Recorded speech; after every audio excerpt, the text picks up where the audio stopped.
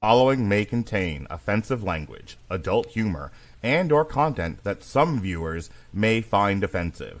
The views and opinions expressed by any one speaker does not explicitly or necessarily reflect or represent those of Mark Radulich or W2M Network. Please listen with caution, or don't listen at all.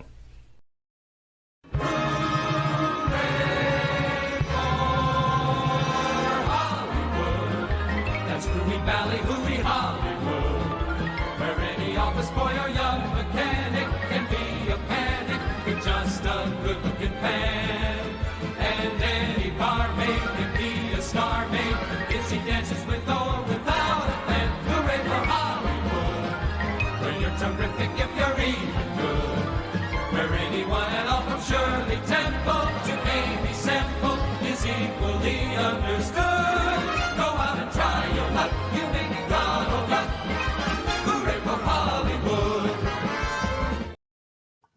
Ladies and gentlemen, boys and girls, children of all ages, you are listening to a Radulich Broadcasting premiere podcast, Debut Hollywood. And here's your host. He is for every one of us. He stands for every one of us. He saves with a mighty hand every man, every woman, every child. He's the mighty Robert Winfree. Yay! I do not know what you just quoted. It's the Flash Gordon theme from Queen, from the greatest movie in the history of cinema, Flash Gordon. Mark, do not start us off on that foot. So what? I think he's got the wrong Flash movie. I'm not sure. No, I have the right Flash movie. It's better than that. Yo, that Flash Gordon is better than the Flash, and you know it. Shut your whore mouth. Go ahead. If you and I ever come to blows, it will be over Flash Gordon. I'm just warning. Like my hatred of that. Blowing, introduce the guy at the bottom. Speaking of blowing, please introduce the guy in between us. Please don't make this weird. Why do you do this?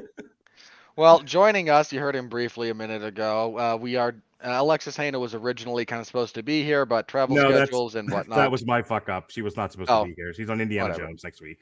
Well, I knew that. Mm-hmm. Anywho, joining us once again. He showed up once a couple of weeks ago, and well, we can't get rid of him now because he is in the black hole. Chris Bailey is joining us. Bailey, how are you? Yo, introduce him right. I keep getting mentioned on this podcast. Oh, is everybody here? Chris Bailey. How do you do? Look, there we go. I'll take that. Your bizarro CD ticks are not mine, sir. I am here to defend the good name of the Flash, sir, because I hear there's a whole lot of besmirching being planned here tonight. So, as representing the real movie viewers of the world and universe, I am here to defend the common man and our viewing habits. And nostalgia is right here, baby. Right here. It's home. I don't want to spend too long on this because I promised Robert the first part of this show to discuss the ethics of this movie. Of course. But since you aren't here and you were on our Shazam podcast for much the same reason, you're like our resident, besides Evan, who walks with Jesus, some language, you are like our resident comic guy that comes on Damn You Hollywood. And I am curious because I walked out of this movie and my son said, "Father," he calls me Father.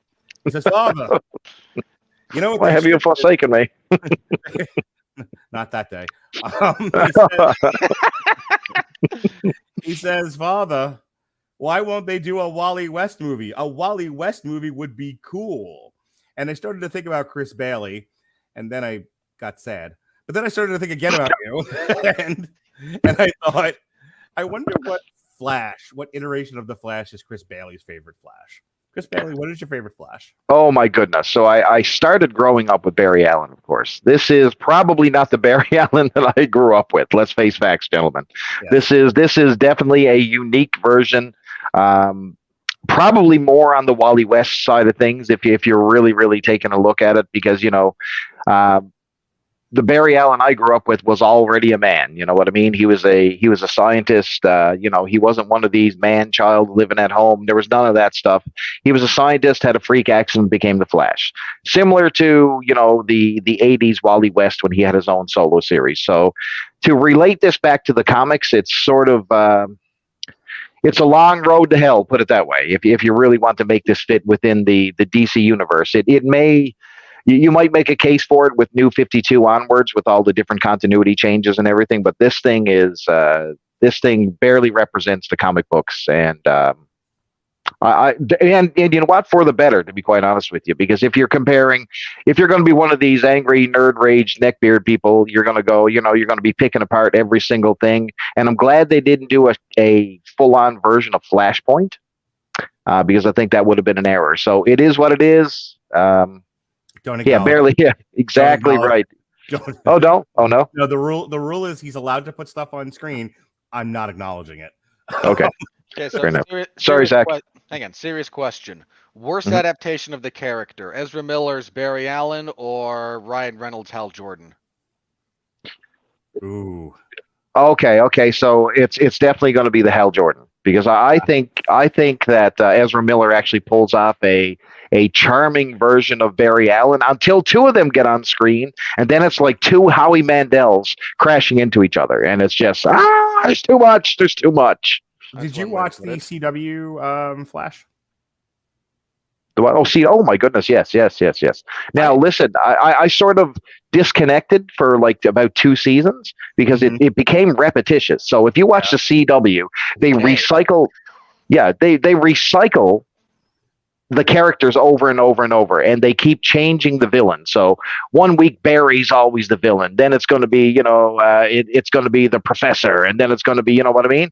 And they keep just changing the characters, and you can tell that they're running out of gas by the end of season 2. And this thing went on forever, and it's just it was like The Walking Dead that was like 10 years past its prime when they finally put it out to pasture. But I miss the old days where you would carry a television show for many seasons and you would be rewarded with, the old Community joke, 6 seasons in a movie. I wish we had gotten a Grant and Gustin Flash movie. Yes. Why not have this guy in the damn the Flash movie?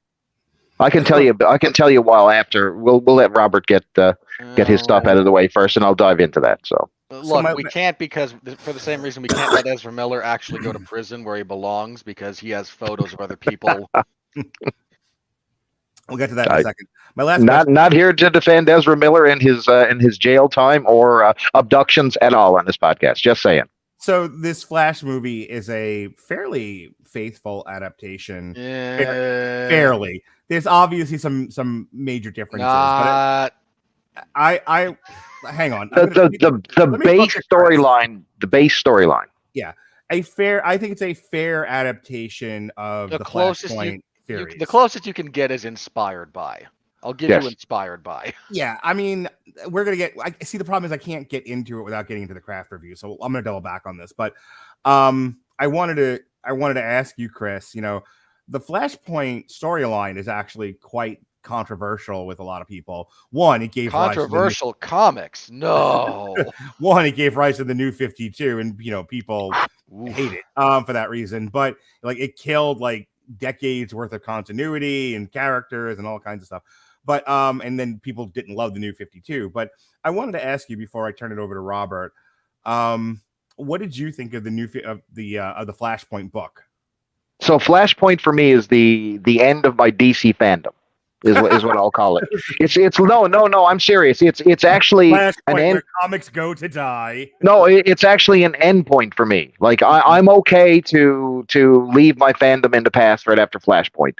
Everything else doesn't matter to me. It's just non-canon. I'm okay to live in my back issue bins, put it that way. It's an end point. I had to say goodbye to, years and years and years of continuity, stories that I loved, characters that I loved, and it became unrecognizable in the New 52. If you're not familiar, DC rebooted their entire line, aiming towards a younger generation. They changed costumes, they changed origins, they made their characters a lot younger, and decidedly or attempted to make them more readable for a new audience, and updated their origins and made them a little bit, It was an attempt to modernize them for a new audience, which was laudable. I mean, it's oh yeah. When your audience starts to age out, you have to create new fans, and where the new fans come from for things like comic books and fantasy, it comes from children. And it was an attempt to reach the children, which reminded me of when I said something about my son yeeting himself into the bushes, and my friend Chuck writing a comment. He like, yeeting, you say, and then he put a gif of Steve Buscemi. Hello, my fellow kids, and he's Hello, got fellow young people. Yeah, my fellow young people. Yeah, the New 52 was kind of like Steve Buscemi. The funny thing about comics is that comics in general, like they're aiming for a younger audience that basically almost doesn't exist. Yeah. Okay. Kids have adapted. They've got their own comic books, man. People, our kids are into manga. You know what I mean? They are. Or young adult, buying floppies. It's still the 40-plus-year-old neckbeards and people like myself who will go and pick up a comic. It hasn't transferred, you know what I mean, to a younger audience. None of my kids go out and seek out one single issue comic book. It barely ever happens. There's a conversation to be had, and I used to do a podcast where we talk about these things. I don't anymore because I don't have time for it. But there used to be a thing where you really had to, as a father, because I don't know about mothers doing this sort of thing, but fathers take their sons, take their daughters to the thing, and they pass that fandom on. Yes. I use the term movie train. I movie train my kids from an early age. You go to the movies, you're quiet, you watch, you appreciate the in-theater experience, and so now they're 9 and 12 and they're well movie trained, and and then there's the conversation after the movie. There's a whole culture of movie going experiences. I tried that with comics. I took them into the store. I brought them the free comic book day.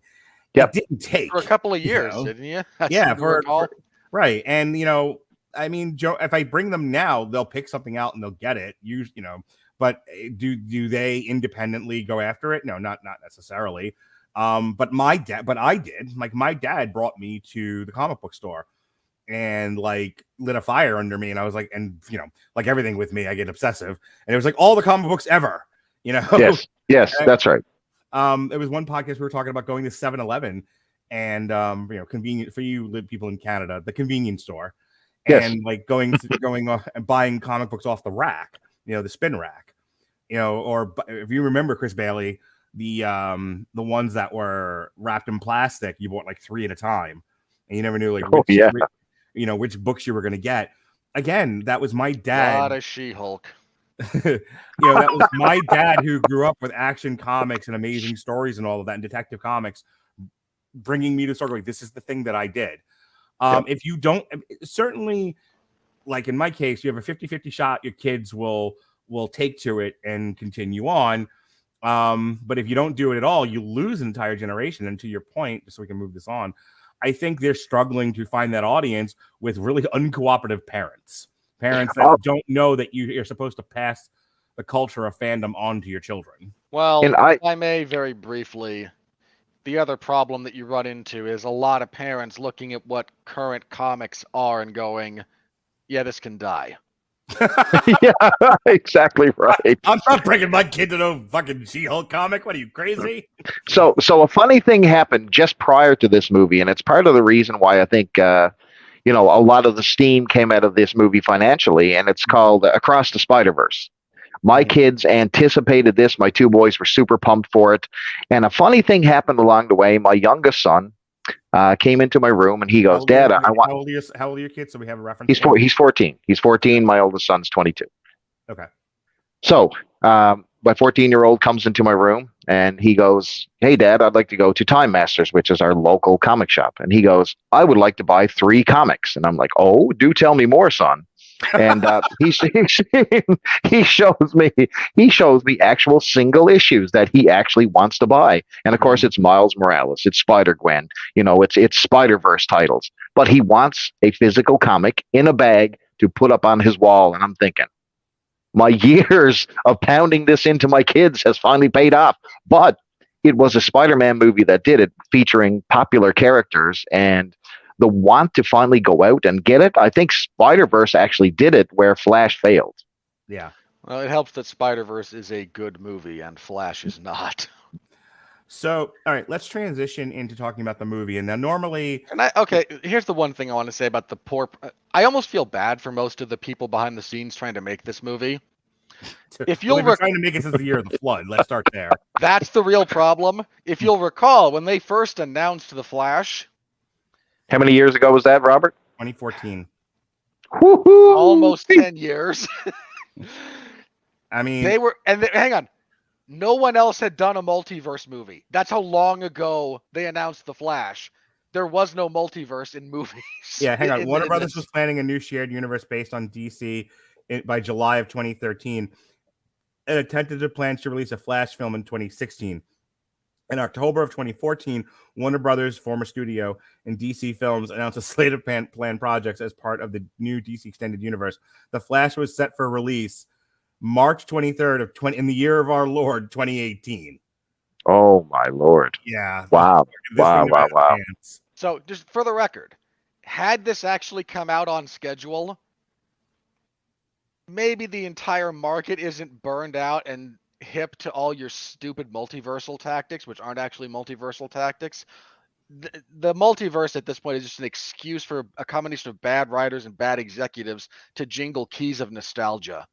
Okay. Like, you have infinite possibilities. Here's Michael Keaton. You have infinite possibilities. Here's something from 30 years ago. Right. It just... Okay. And every bit of that works on me. You got to understand. If you're the nostalgia van passing me by and you go, "Hey, look, kids, nostalgia! I'm getting aboard the white van, and you're taking me away." It's going to work on me. It comes right in there and goes right for the balloon. I'm going to say, yes, please. I want to say this as a setup to what Robert's going to do next, because normally the structure of this is we talk about, we do kind of what we just did, talk about our backgrounds with whatever the IP is for TikTok purposes, and then we go into the plot, and then we go into the craft review.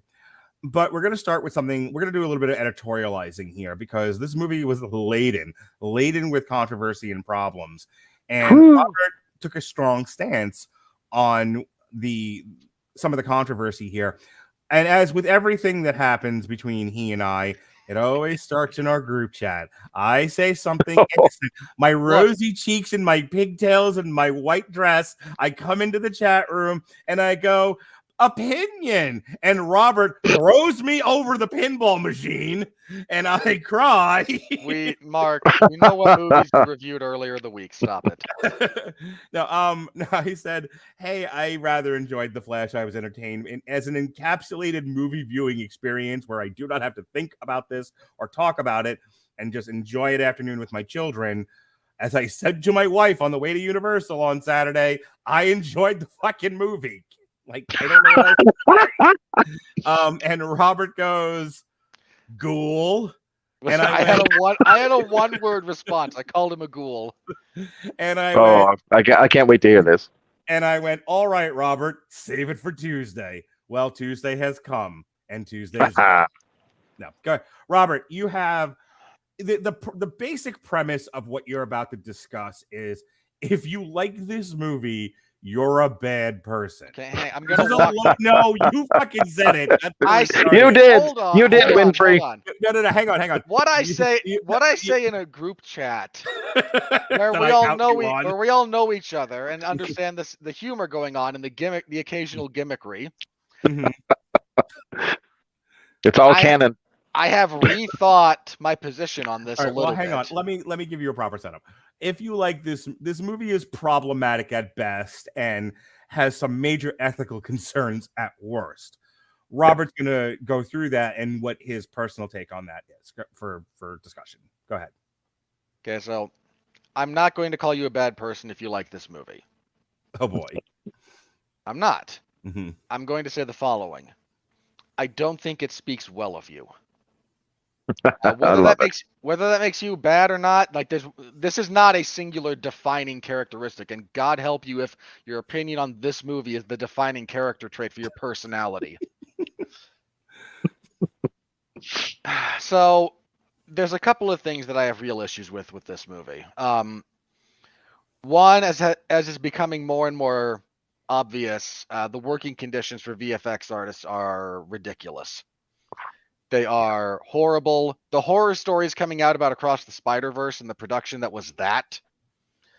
For the record, about that very briefly.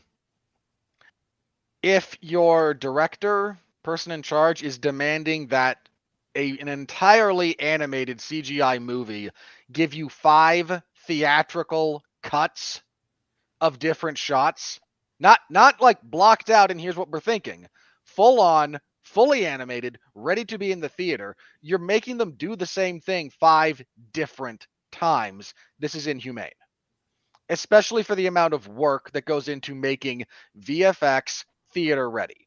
You want to make that's like the equivalent of that for an actor is something like what Stanley Kubrick would put Jack Nicholson through.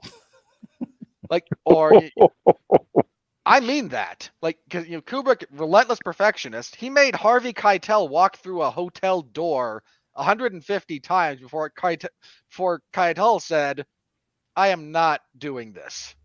It's similar. Goodbye. It's similar to James Cameron almost drowning his whole crew in the abyss. That's another story for another More day. than once. Whoa. Yeah, it's that. So the poor VFX artists on this movie, I just feel bad for them, especially over the production schedule and the production hell that this thing went through. There will be like podcasts and books about this movie in that respect. The giant elephant in the room with respect to this movie is Ezra Miller. Noted criminal. Sex pest is what we called him earlier. Sex pest. Here's the thing about this. If I talk about what Ezra Miller is credibly accused of, YouTube and Twitch will get mad. Yeah. Yes. So I can't. It's a lot of stuff. Suffice to say, if various podcast or video platforms are saying don't talk about this because the material itself is stuff we don't want, think about what we're dealing with here. At the very least, multiple forcible felonies. Minimum. Yeah. Now, I'm pretty darn good at separating art from artist as a general rule. By way of example, I have no problem watching Chris Benoit matches in professional wrestling. Several authors that I enjoy came from a different time period when I completely understand how reprehensible their views are, and some of them weren't even great at the time. Yes or no, without greater explanation, would you watch a Woody Allen movie? Cool. Yes. Okay. Probably. So yes, you can separate the art from the artist. Go on. Well, the better example than Woody Allen is Roman Polanski, for the record. I couldn't remember his name, so I came up with Woody Allen. Yeah, that works too. There's, however, a couple of caveats that usually go along with how, not just myself, but a lot of people, the world at large, separate art from artist to the extent that they do. One is the severity of crime. Straight up, that's a factor. 2 is, are they alive or not? This matters. It certainly matters to me. I have an easier time dealing with people in that respect after they're dead because I have no problem leaving everyone's final destination up to Almighty God. I don't know what anyone's eternal fate is. And I'm okay with letting some of my issues lie after that point. Personal, again, there like any other extenuating circumstances that occasionally come into this. Again, with Benoit, like the fact that the guy was dealing with so many like CTE issues, it's a factor. And time period. Again, I have no problem reading stuff that I know was written by people with retrograde racial views, shall we say. But if you were, hang on, but if we're talking about stuff published in, 1930, Like, it's still wrong. I'm not excusing racism, but there is a degree of understanding that has to be passed along to people in different times. I mean, Mark, we all grew up in the 90s. Heaven forbid anyone ever finds some of the stuff that we wrote, did, said that contained a lot of language that nowadays we understand we understand that language changes. Mm-hmm. But I'm not going to sit here and pretend that there's not a lot of words that are slurs now that I didn't use regularly. I did. Sure. And in the case of Ezra Miller, we're dealing with 1, a very severe crime, 2, an utterly unrepentant individual, as far as I can tell, and 3, how do I phrase this? The assumption that we're all idiots. There's a fundamental assumption going on in both the marketing and the press related to this film that, yeah, sure, he did stuff. But hey, enjoy the movie anyway. You'll forget about this in 20 minutes because something else will come along your timeline. We all make mistakes. What's a look? Who hasn't committed a forcible sexual felony? Well, I haven't. What show am I on here? What? What's a felony between friends? Really? Are we on a watch list again, Radulich? What aren't we on a watch? Some of this will be cut up and put on our OnlyFans later. Don't worry about it. So I've got a giant problem with the ethics of Ezra Miller being cast at all in this role. And I can't quite get around it because there's no good reason for it. It's probably a case of this being already in the can, I assume. No, they were still doing this very recently. Okay. Well, that does bring up a good point. How far into principal photography were they when he was doing the Sex Pest stuff? I couldn't tell you. I forget the specific timeline. I'm not saying there was nothing shot with him. Mm-hmm. I'm saying if you wanted to save a degree of face, you fire him, you hire someone else, and you just tell everyone we're going to eat kind of a loss on this. If the assumption was keeping Miller on is going to help mitigate the catastrophic box office returns, boy, were you wrong. Well, we'll get to that. With this movie, you literally could have replaced him halfway through and just explained that he was just a multiverse version of himself, and here's the new guy. You literally really could have. All right. So Yep. principal photography, it wrapped October 18th, 2021. So I'm guessing, So you're right, Robert. You're right. Yeah, He was pesting around this time. Okay, so if he's pesting around the time they are doing principal photography, if they don't know about it because it's not out just yet, that's a problem. If they wrap principal photography October 18th, 2021, if it doesn't come out until after that, you're asking them to throw the entire film in the trash. Yes, this is the Chris Benoit tribute special on Raw. I was thinking Amber Heard and Aquaman, but yes. They should have Batgirled it, is what they should have done. But I agree, but again, look, I'm not saying this I'm not arguing against your ethical standpoint. I'm saying we're kind of looking back at this with what's the phrase I'm looking for? We're 20 hindsight. We're looking with the benefit of hindsight because we're now we're the year of our Lord 2023. We're looking back at this and going, oh well, look at what we found out. Okay, if you're the executive producers on this movie and you don't find that shit out until well after, and this movie is the principal photography is already wrapped, you have a serious problem on your hands because essentially you have to now throw out an entire movie because of this, and they might not have known how bad this was until well after. Like, do me a favor and scroll down further in your wiki. Find look at when they started the reshoots. Do that as well for me. Okay. Keep going. I will cut you off. So that's one of my big gripes is. Hang on one second. Following several controversial incidents and arrests involving Ezra Miller throughout 2022, the next year, Robert. I mean. Okay.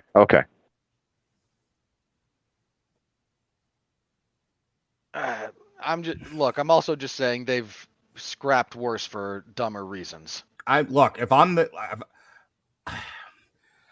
if I'm the executive on this movie, I'm gonna again take the devil's advocate point of view. I don't know the whole deal with him. I'm thinking, oh, this can't possibly be as bad as he is like, doing felonious assault here. This is, I'm sure, something we can cover up. We can spin. We can do an image remake. It'll be fine. And I'm looking at the bigger picture. Sure. Look, Ezra Miller can come out as non-binary and say my conservative parents abused me. Look, but also the other side of this is, remember, we're still on Marvel Lizard Brain, and we're still thinking this DCEU is going to end up being like the Infinity Saga. So if I'm the executive producer and I'm looking at like, this is one of my major pillars that's supposed to make $1 billion, and you're going to shit can this because this guy may have gotten handsy with someone, is probably what they're thinking. No, let's just figure out how to salvage this. And then they realize far too late it's not salvageable anymore. Yeah, again, I'm not going to just completely dump on them. I agree with you. That's a really rough position to have been in. And had the initial allegations been the only thing at play, it would have been the right call, in fairness. Mm-hmm. The fact that it kept going and going and became an international incident in some respects. It was bad. And I think a problem, and I think you're right, Robert, but a problem with the DC movie universe overall is that there's a whole bunch of start and stops. One sec. Ezra Miller participated in regularly scheduled additional photography in mid 2022. So while he's pesting, by the way. Okay, there you go. And felony making. Yeah. Wow. But the DC movie universe is not like the Marvel universe in that they seem to start and stop according to what they think works. They don't just go, "Hey, we made the Eternals, it sucked, let's just keep moving forward with our plan." You know what I mean? We've documented that on the show before. Yes. that every other minute they were changing CEOs of the DCEU, right. And then with that was the vision. So Zack Snyder's Snyderverse changed visions and directions 87 times between Man of Steel and The Flash. So there's no way to start at a certain point and go, I'm going to watch Man of Steel and I'm going to work my way through these movies, because it's not a clear line. There's not a clear path like the Marvel Universe, who lives and dies on their phases. You know what I mean? Yeah. They might have their bumps in the road, but they just keep on trucking. Currently dying, for the record. Currently dead on the fucking vine. Dead. So we can wrap this up. Your thing of it is you're watching this movie, you're supporting somebody who did horrible things to other human beings in a studio that was just willing to go with it, because they didn't want to lose out on their possible cash cow. Also with the artist he brought up as well, which is like basically a slave camp. Yes. And again, the treatment of VFX artists. And lastly, this is more of a personal thing, so let me stress the following. I have come to very much consider that any time a movie like this trots out nostalgia bait, it's an angry move. It is an insulting move. It is the people writing or in charge, or whoever's making the decisions, going, if we bring something back, the rubes will like it. What was the last movie you said you made a similar argument on, and Alexis didn't see where you were coming from? I said a different point. Because I said that Across the Spider-Verse had a bit of an anger. Yes, it was that one. And You're right on that. Absolutely, it was. Some of that stuff was absolutely angry and a spit in the face of fans, really. And this is different because this is, again, I feel this is more insulting. I feel this is more, again, here's your jingling keys. No, they don't even have to look good. The keys aren't even real. We'll fix it in post. And all the idiots will come out and see it. And I have just had about my fill of the anger, the I lost my word. I had a good word for this. The preaching, the self-glorification.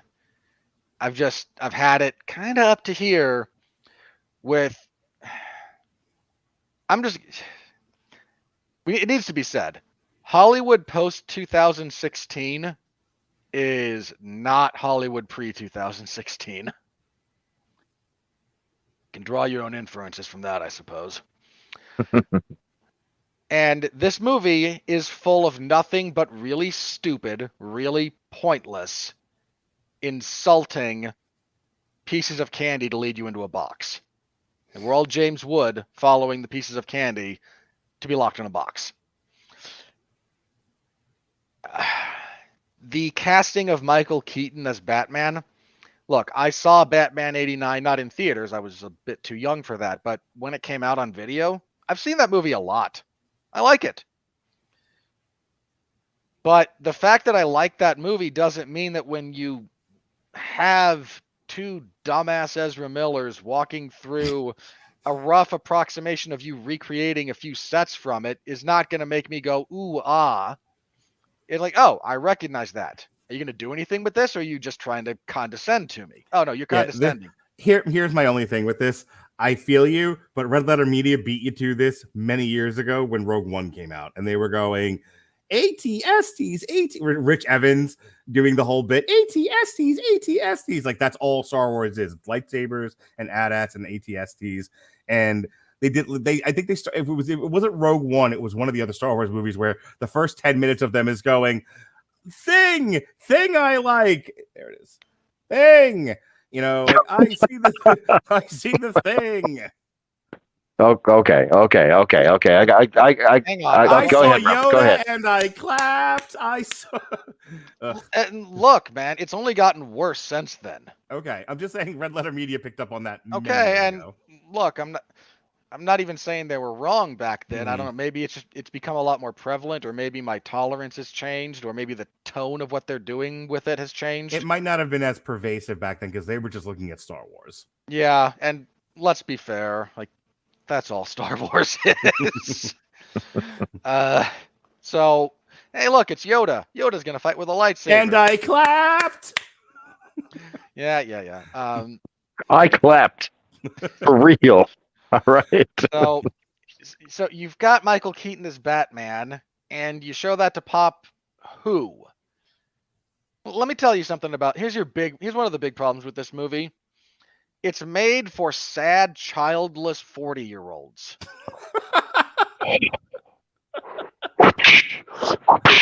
Look, man. Hey, look. Most Disney movies these days are made for sad, childless mid-30s women. It's true. Who should you be marketing this to? Kids. Right. This is supposed to be a movie you can take the family to, and you're trying to pop an audience.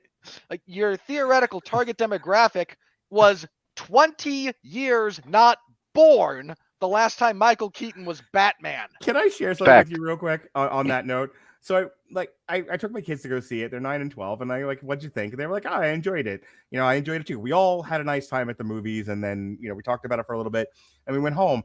And on the way home, I listened to the pitch meeting, and then I listened to the Critical Drinker, and my son goes, I feel bad for liking this movie. Clearly, it was garbage. And I'm like, it's fine. You're 9. You're allowed to like garbage. You can like garbage at any age. I just want you to be honest about what it is. Right. So this was heavily advertised off the back of Michael Keaton. Okay, yes. It was. The entire second generation trailer that came out was all Michael Keaton. I'm Batman. It shows the car. It shows, you know, like you're 5 minutes. No, he's in there. He's in there a decent amount. Let's fill this. For as much marketing as they put behind him, you'd think he was a major player the entire. Hang on, I have to address this really quick because Andrew has been sending me like messages. He was like, I want to comment on the show. And because people have to make my life more difficult, he's doing it on Twitter, which doesn't feed into. And there were 3 other ways to do this. He went with Twitter. I love you, Andrew. Keep going, Andrew. Never change. So trying to buy the emotional weight without the work needed to earn it. That's what we're talking about with the Michael Keaton stuff. So the underlying problem with the DCEU was that all the moments they went for were unearned. BVS did this with Dark Knight Returns. Flash does this with Flashpoint. Thank you, Andrew. A little bit, yeah. Okay. Michael Keaton. Let's get back to Michael Keaton. That sold me on the movie. I wanted to see it. Okay, Batman '89. It's back, baby. Can't wait. You're However, 100 is what his point is. shut your mouth. Shut your Let him mouth. make his Listen to me. Listen to me. The Yes, people old need man to hear Bailey. Chris Bailey. Yes, Need to go ahead. talk. Nostalgia. Go ahead, Here we Father go. Time. We Go are ahead. about to fucking have it, and we're doing it right now. Here we go. Michael Keaton sold me on this. However, the problem is you don't get that pop. So in the theater, I remember hearing, "Oh, it's Batman, it's Batman." By the time you get to that movie, that's gone. All of a sudden, he's an old man. He's an old man in the kitchen making spaghetti. No. This is not what we signed up for. I know Mark likes the spaghetti scene. I'm like, what in the blue hell is this? This is not it. And then he cleans himself up and becomes Batman. Let's go back to Spider-Man. No Way Home. Everybody was saying, "Oh my goodness, it's Tobey Maguire and Andrew Garfield gonna come back." We don't know. We got to go see the movie. And when they show up, it's everything that you guys hate. Audience clapping, everybody cheering aloud, Really celebrating. Really do. Please don't do that in the theater. It's miserable. I was doing it in theater with my sons. We were living life. Michael Keaton shows up on the screen in The Flash. You could hear a pin drop. That's a problem, guys. That's a problem. What was your reaction to when the Batman scene came on? And he was like, "I thought they found a homeless." Right. That's a problem. You got to admit that's a problem. Yes. It's a problem, but it speaks to these. Can we just throw Michael Keaton's Bruce Wayne on the pile of all your heroes? All your heroes suck and need to be revitalized. I don't know. Like this is the trend. Are we just about we come done back? with- Hang on. Okay. Let me make the point. Yeah. Anytime we touch on one of your old heroes, we go for the nostalgia. They're now sad, old, broken down, and suck. Okay. I completely agree. This is the problem with Across the Spider-Verse. The older things like Scarlet Spider was treated like garbage. You know what I mean? Just like, oh, it's a stupid joke from the 90s. But however, you're supposed to like Miles now. You're supposed to like Spider-Gwen. Forget all these other crap. Everything that we grew up with. That's all crap. That's garbage. That's funny stuff in the background. Same thing with how they treated our Batman back in the day. Radulich, they shat upon it. Excuse me, my Batman was Adam West. Thank you. Oh, me too. Well, So we that's get fair. so there's stock footage. Look, Right. You're right on the money, Rad. Winfree. Back where we started. You're like, if you watch this movie and you liked it, there's some question. You're of questionable moral fiber. It Please doesn't conclude your speak point. well. Okay, the last thing about this movie that I take serious ethical issues with. Oh, by the way, for the record, there's a non-trivial chance the writers are on strike right now. Writers Guild of America on strike. Okay, Andrew. Let me touch on this for just a second. Hang on. If you're going to address I will. Okay. I will. So, Andrew Graham, dear friend, recently a man. You turned 40. You're not a man until you're not a bar mitzvah. No, you're not a man until you're 40. I don't know where this came from, but it's a thing. Okay. That Wait a work for minute. women too? Sad, broken Bruce Wayne has been a thing for 35 years. I'm not saying you're wrong. Here's the problem with dropping that in this instance. Being sold on the story of sad, broken Bruce Wayne trying to fix himself is one thing, which is what like The Dark Knight Returns is. Or that was also a big part of like, The Dark Knight Rises. We knew we were getting sad, broken down Bruce Wayne because of how the previous movie ended. That's part of the sales pitch. Right. If your sales pitch is come see Michael Keaton as Batman, our introduction to him should not be homeless man making spaghetti. Yes. All the yeses. Kind of the same way our reintroduction to Luke Skywalker probably shouldn't be sad old man drinking. I don't even like Luke Skywalker, not at all my favorite character. No. Sad old man who threw away the lightsaber. That's what. Oh, no, but that was not the plan, you assholes. That is Ryan Johnson shatting and pissing upon the legacy of Luke Skywalker, which will never be forgotten. Never be forgotten, I say. Let me tell you one. Hang on. Let me tell you one thing about that movie. Oh my God! No. It's gonna be the 9-hour podcast. No. I can be. Hang on. I'll be real fast about this. Chris Bailey's wife wants him to get off this podcast. I know. soon. Hang on. Okay. I guarantee. Not true.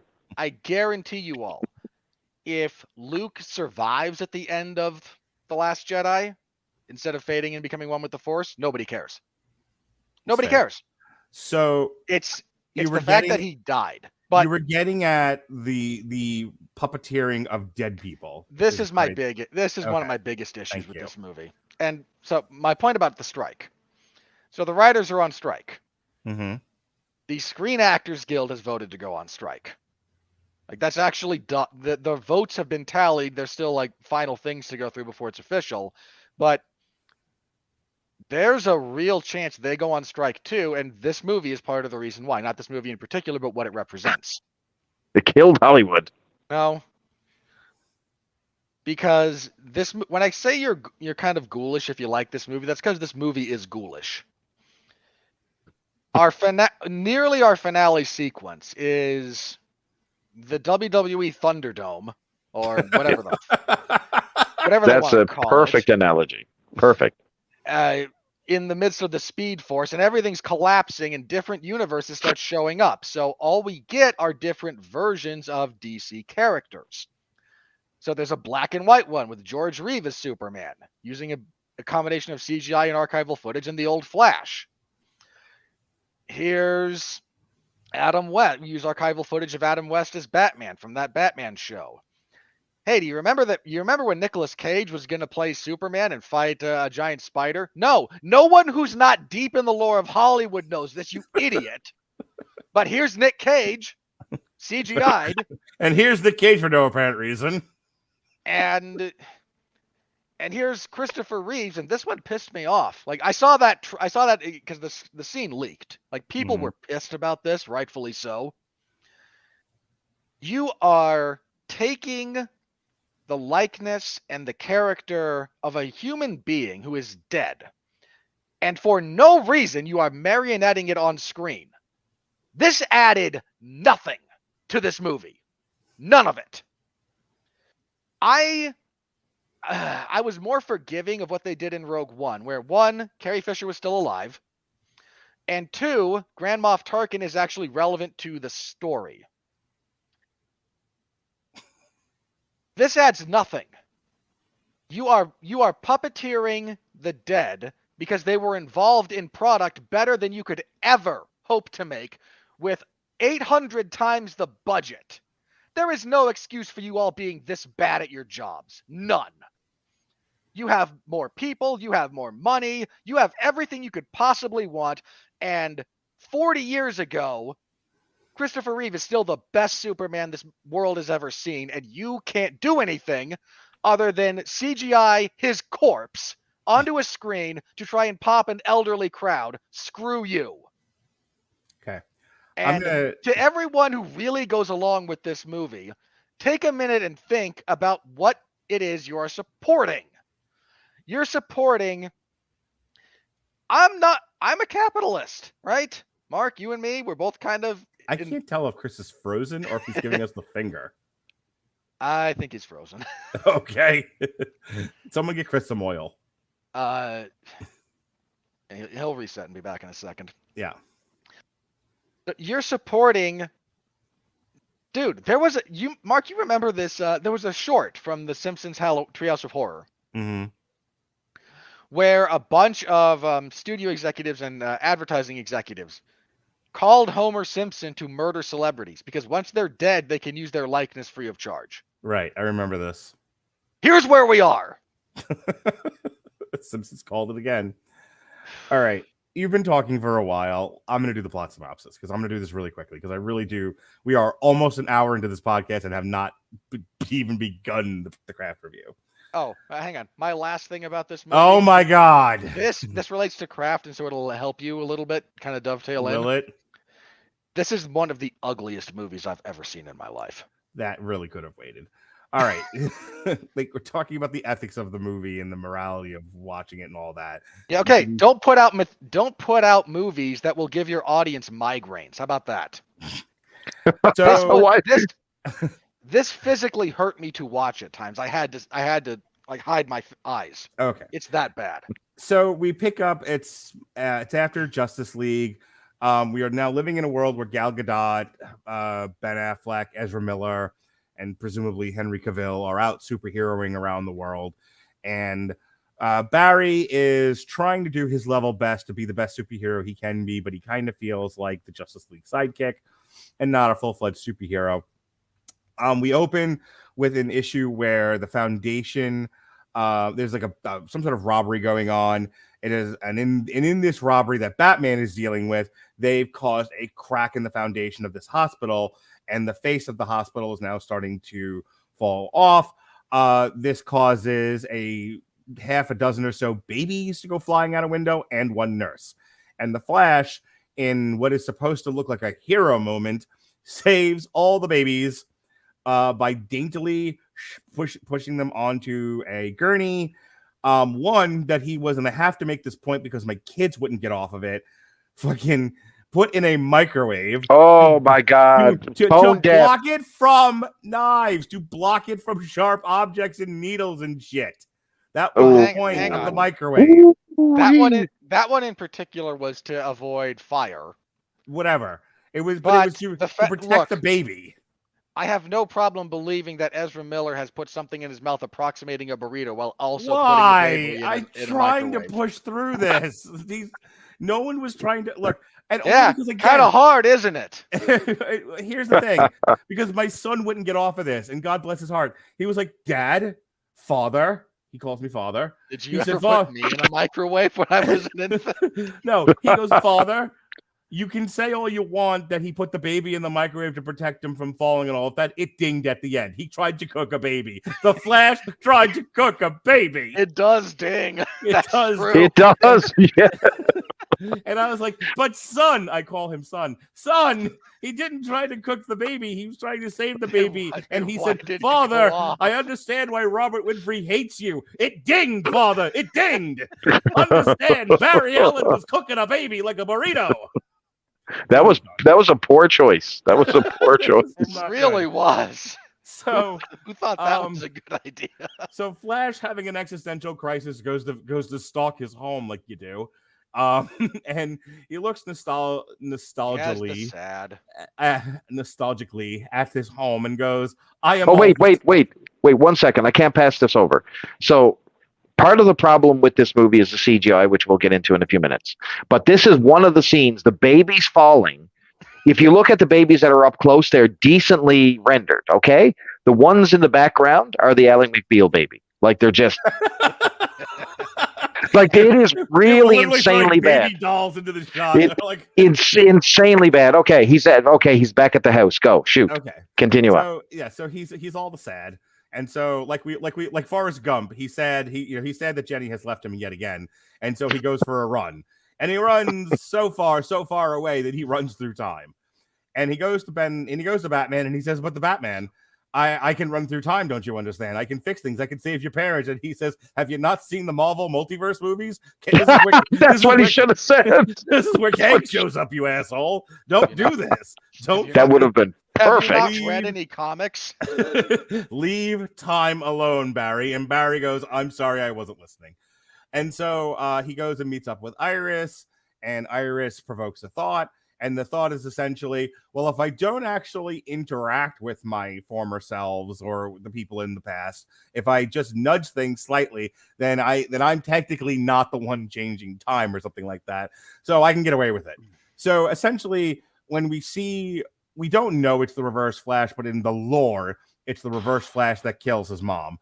And so essentially, the scene is set up. She does not have a can of tomato sauce. She sends the father out to go get the tomato sauce. He comes back. She's dead. And what Barry figures out is that if she had the tomato sauce, he doesn't leave. The house isn't empty. Reverse Flash doesn't kill her. So, he runs. For the record, in this version of events, we don't know that it's the Reverse Flash. Yeah, I said that. So he runs back to that day, throws the can of tomato sauce into the cart. It's home. He now saves his mother.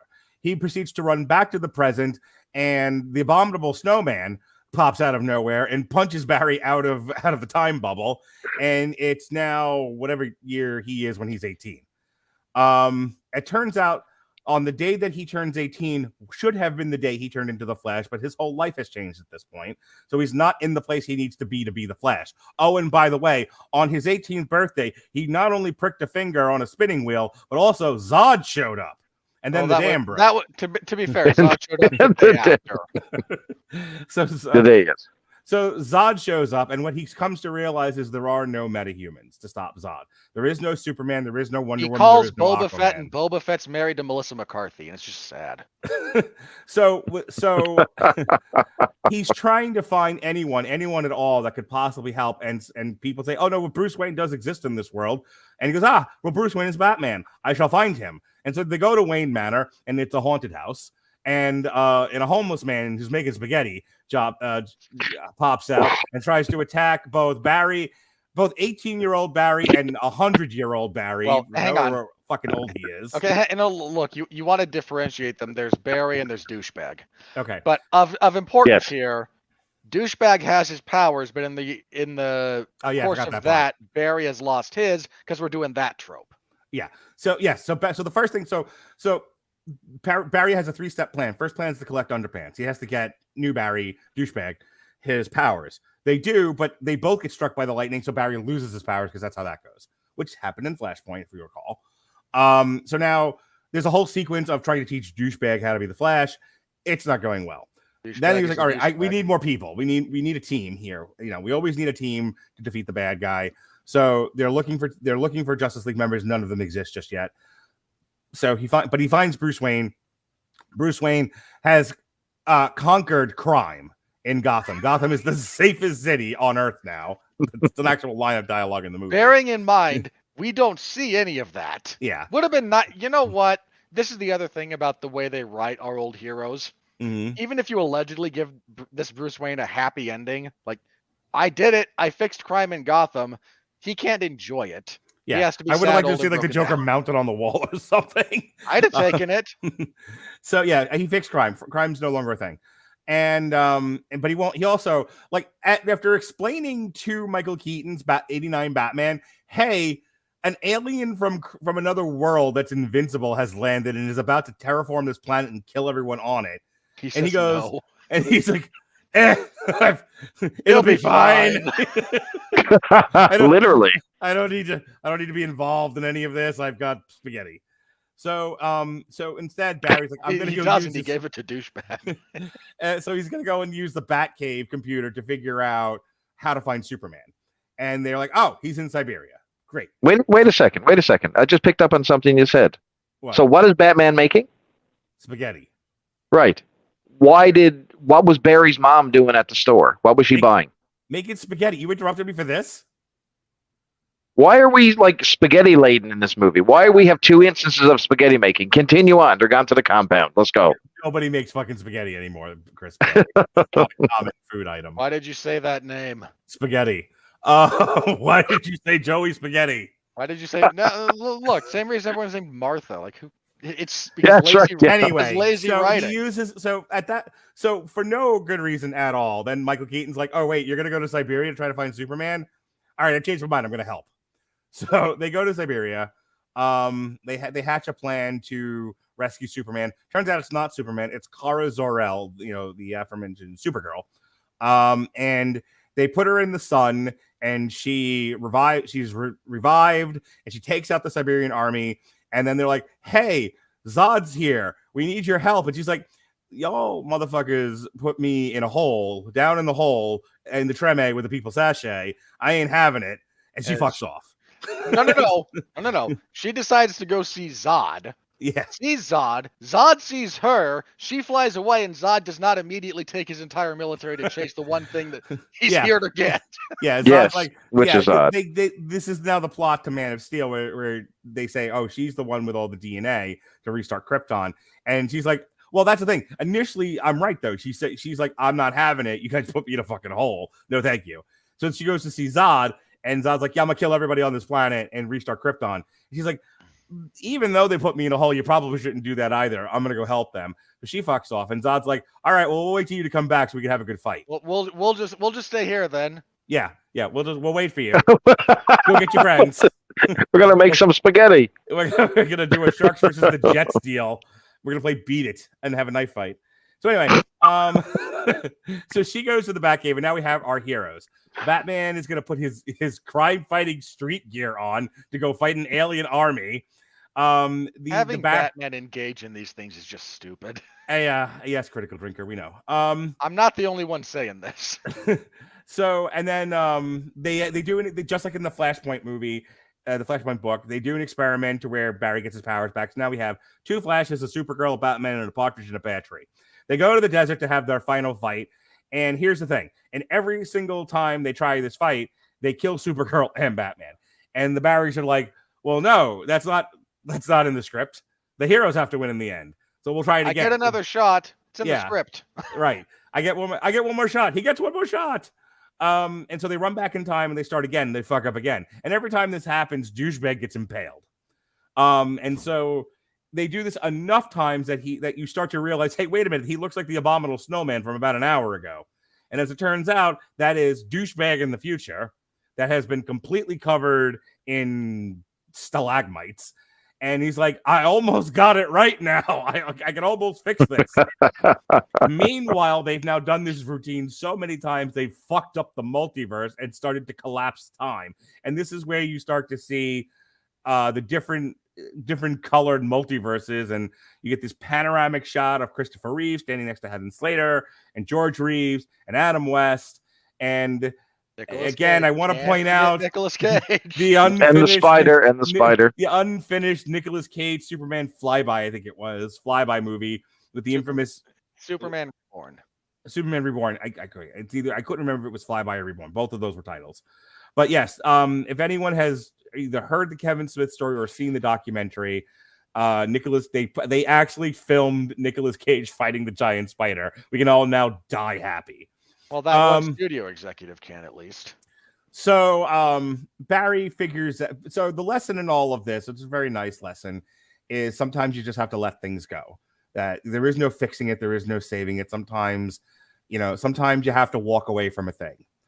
And the other Barry hasn't quite figured that out yet. And so they fight, and future douchebag stalagmite Barry dies, and Barry runs back to stop himself from putting the can in, from fixing time, from breaking time. Essentially, he has this really, really sweet. I actually want to talk about this in my craft review, but it's this really sweet moment with the mother where he finally gets his goodbye. It's the best part of the movie by far. Absolutely, by far. He finally gets to have his closure. He gets to say goodbye to his mother. He gets the can out of the cart, and we don't know it at the time. We're going to find this out in a scene or two later. He shifted all the cans up so that when time rights itself and his father goes to get the can of tomato sauce, he looks up at the camera. So now that he's righted time, he goes to court. Dad's doing his appeal. They look at the footage. This is the dumb, by the way, because this is now 20-year-old footage that they treat like it was that they just found it yesterday. Well, hang on. I'm going to defend that just a hair. There's no fucking way they have supermarket footage from 20 years ago. They had it, but it was degraded. They've been working on trying to fix it. That's one of the things Barry. They said that. They said that in there. Yes. There's no fucking way they still have it 20 years later. No way.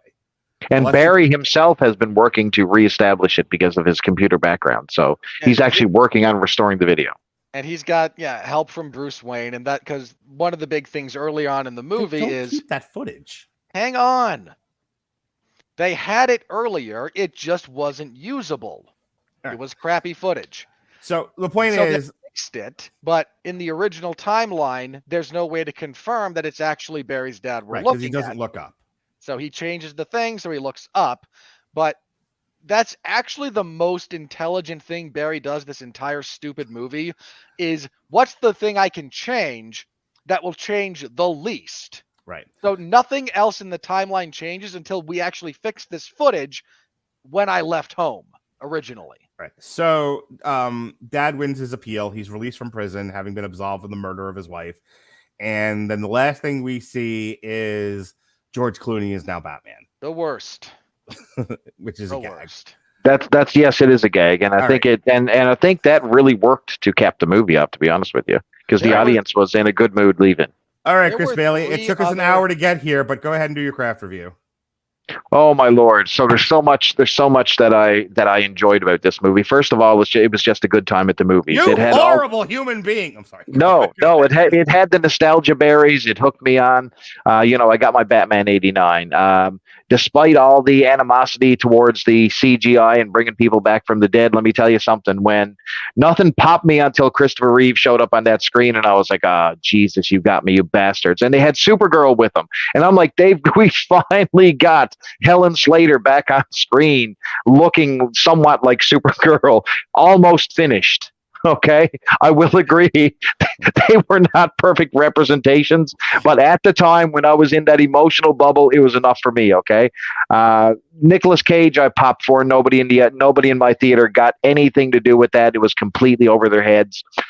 The big thing that I really liked about this thing wasn't a perfect representation of Flashpoint. The nuts and bolts are there. So, Barry going back to save his mother. And really, when you look at that, think about what you would do. So if you had the ability to stop something that was extremely harmful to you or one of your loved ones, would you go back in time and do it regardless of the consequences? And that you really got to think like that's the moral debate, and that's the centerpiece of this movie that I think that works despite all the gimmicks, despite all the bad CGI. The heart of this movie is in that one thing, and I think that really, really worked for me overall as a motivation. So, you got a lot of buffoonery and clownery and all that type of stuff from Ezra Miller. He was extremely grating when two of them got together at certain points. Like it was really bad when they introduced douchebag Barry. I mean, some of it was really bad, especially when he was trying to teach him to become Flash. That was almost over the top. But man, at the end of that movie, at the end of that movie, when he had to take that can of tomatoes out of his mother's cart, I was sobbing like a little girl, man. That was rough, and I think that even with all the stuff that was, that this movie's criticized for, just to have that emotional resonance still available at the end of that movie really says that, the overall theme of this movie did work for me. Did I like seeing all the little Easter eggs? Yeah, it worked for me. However, the CGI is the tale of the story. We'll talk about that in a second.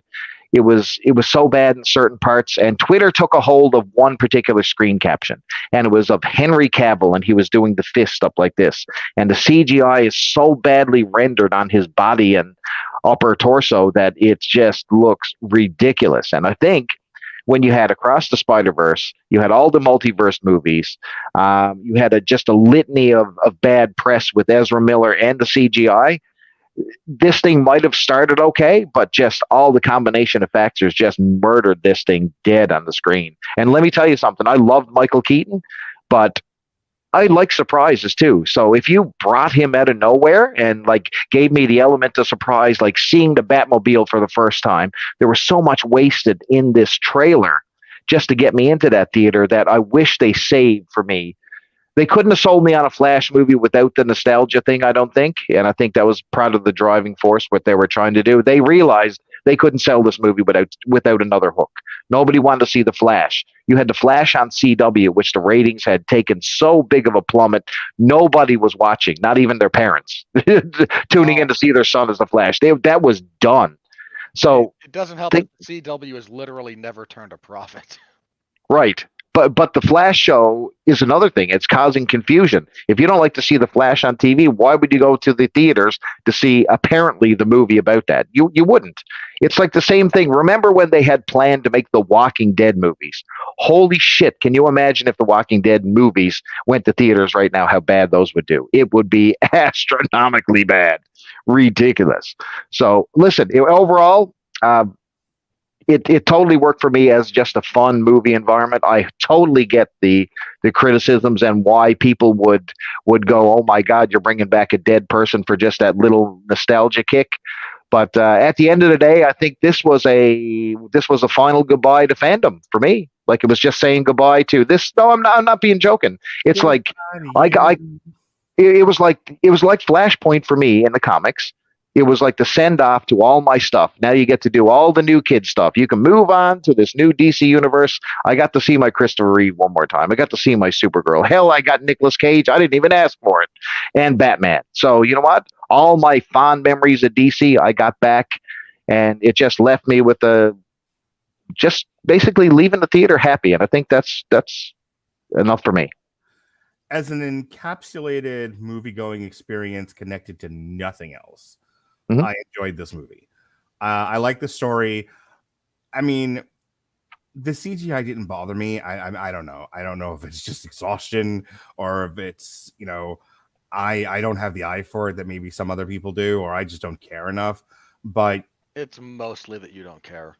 You know what? It's funny you say that, Mark, because it didn't bother me when I was watching it the first time. It was like seeing the stuff afterwards online. I'm like, yeah, that's real shit. I look, I'm on Twitter. There's a deluge of articles I put up in our chat that I pull off of Twitter, just so that when we're having discussions about things, I no longer have to hear people's stupid opinions, and we can actually use hard numbers to inform our educated opinions about things. But I guess I don't pay attention to specifically the part of Twitter that focuses on that stuff, because I didn't see any of it. And I actively avoided the spoilers, so I didn't know about the Christopher Reeve or the Nick Cage stuff either. I didn't either. I'll get to that in a second. So yeah, the CGI didn't bother me. I really focused on what the story was, and the story was, you have this guy who's riddled with self-doubt, and he was like, maybe I would be a better person, maybe I wouldn't feel this way, maybe I wouldn't have this terrible life if I go back and I fix the one thing that set my life into this direction. If I can change the course of my existence, I might be a happier, better, more fulfilled person. That's a strong story for me. That's an interesting story.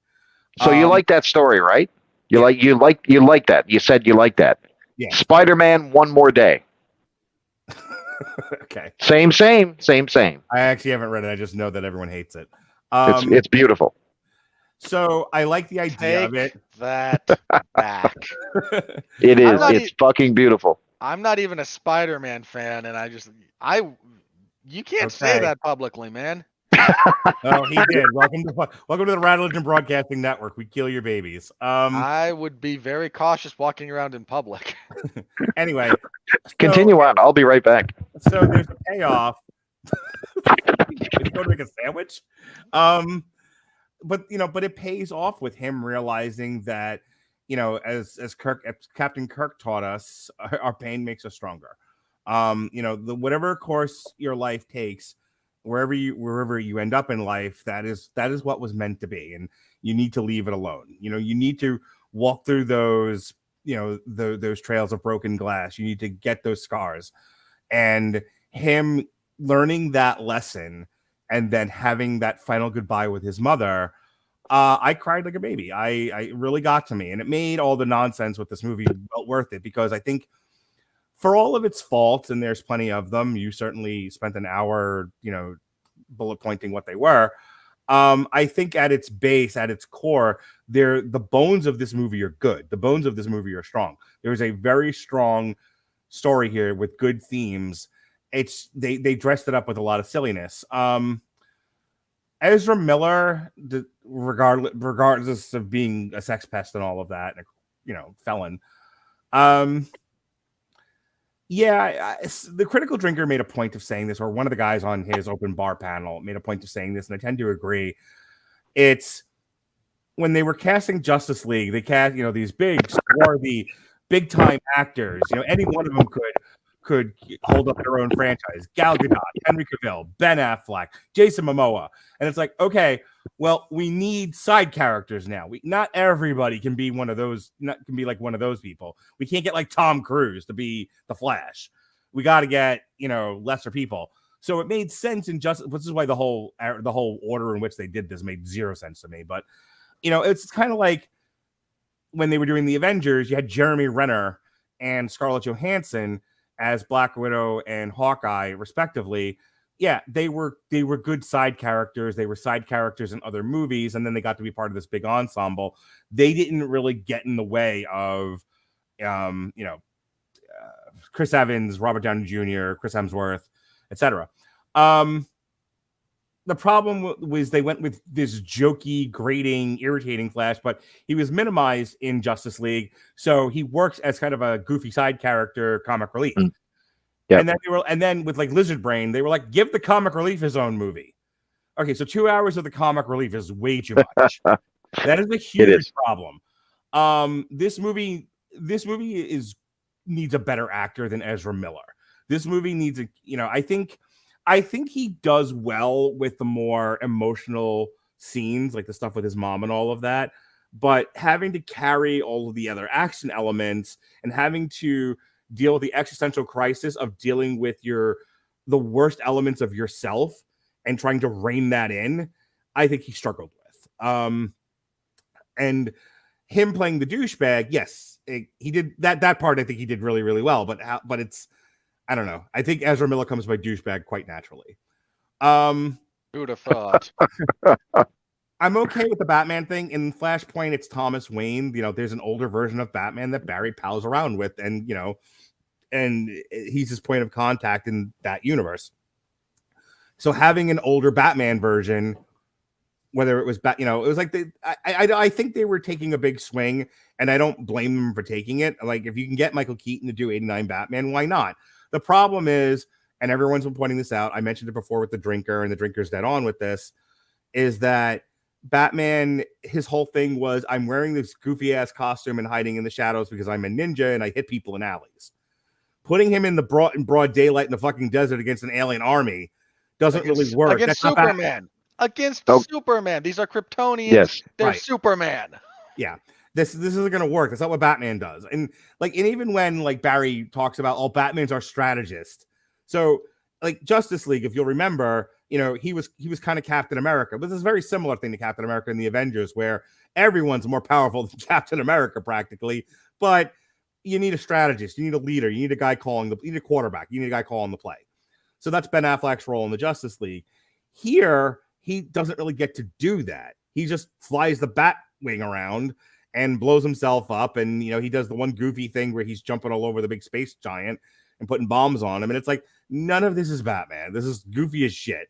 If there was one element of the CGI that bothered me, it was that, because that was very clearly CGI. That was awful. It was very Roger Rabbit-ish. Every Batman action sequence is just bad CGI. Yeah. Every one of them.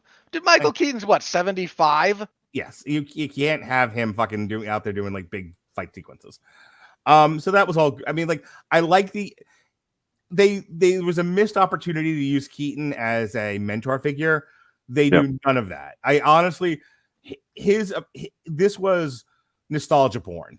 He's there. Right. You see the suit. You see the Batcave. You see Wayne Manor. You hear the Alan Silvestri score. Yeah, you see it, everything, and it's like, but none of it is used for. It's just there to give you a hard on. It's there for you to get off to. It doesn't really do anything for the movie. They missed an opportunity. I don't want to be the neckbeard that's screaming about girl superheroes, but Sasha Calle sucks.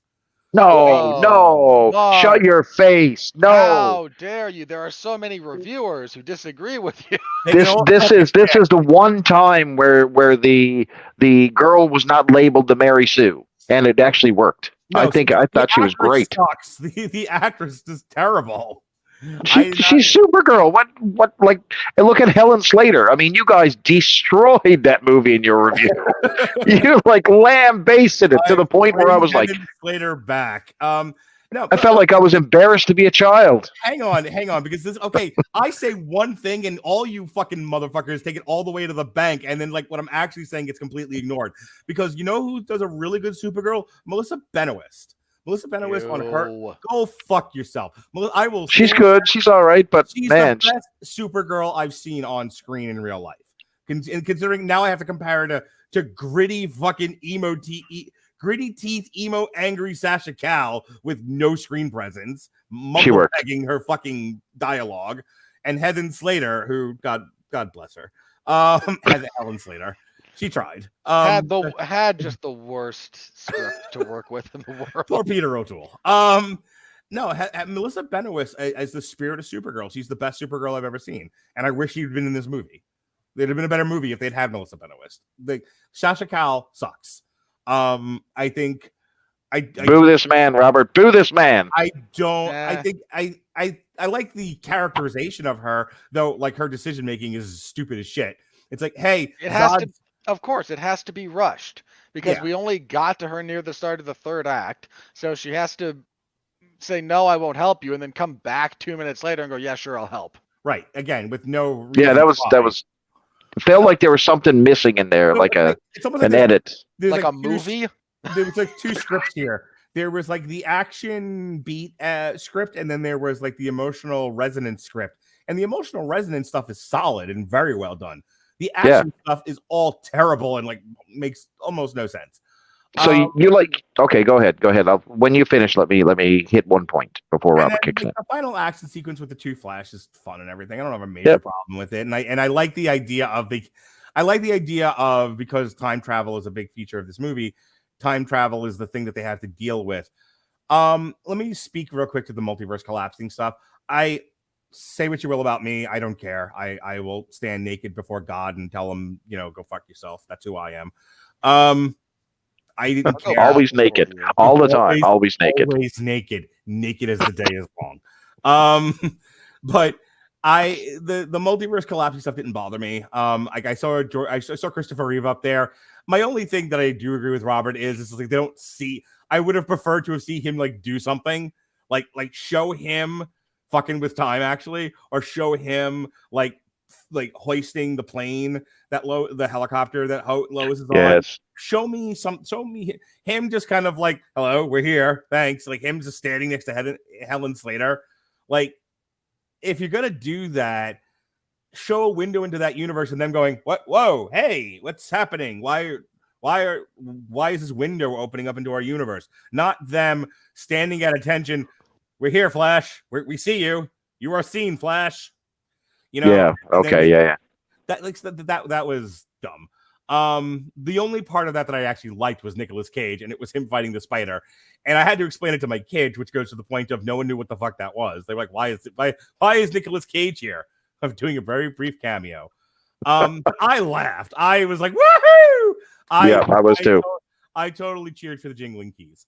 That's really all I have to say. Like, I think as like a harmless, family-friendly action adventure piece, it's fine. Other than some of the technical problems that you guys brought up, but the problem, everyone's been asking me, what did I think of the Flash? What did I think of the Flash? And I was like, I had a good time with it. My kids had a good time with it. The problem is the minute you start talking about it, like my wife, I mentioned it before. My wife was like, what did you think? Because, one of her friends was like, oh, I like the Flash just fine. And I'm like, yeah, I liked it too. The problem is the minute I have to start talking about this with any real, seriousness, this movie stands up to absolutely no scrutiny. None. The minute you start deconstructing this movie, you pull on one strand of this movie, the whole fucking thing unravels. That's a huge problem. This movie is the most delicate of bubbles. If you just let it float, it's very pretty. You can see a little rainbow in there. The minute you touch it, it fucking explodes and you're covered in soap. Robert? Yeah, this movie sucks. In short. Look, the CGI is awful. The fact that the press release team came out and said the CGI is bad on purpose is the best thing they can do to cover for it. Oh my God! What an asinine comment. That's what they said. I know, it's true. It's really stupid. Straight facts. It's that bad. It's terrible. It's truly profoundly terrible. It hurt my eyes. Like, this was almost physically painful. It hurt. I don't even really know where to begin with this. The plot is, I agree with you, Mark, that there's a good idea for a story here. Like the fundamental premise of what they're trying to touch on. Don't do that. Okay. This is the premise right here. I no more with the fucking What prop. would you do?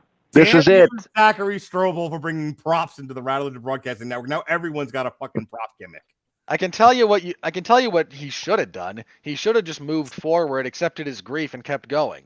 But because Joe Quesada is like, no, Spider-Man must perpetually be a teenager, let's kick all the fans in the dick. I'm gonna eat a gun. Please continue. But again, that general, again, you're right. Like the general idea and the general theme here is not a bad one, Mm-hmm. but it's executed poorly. It meanders. This movie is 20 to 30 minutes too long. It's terrible looking. No one cares. Like, find me one actor in this movie who looks like they care. One.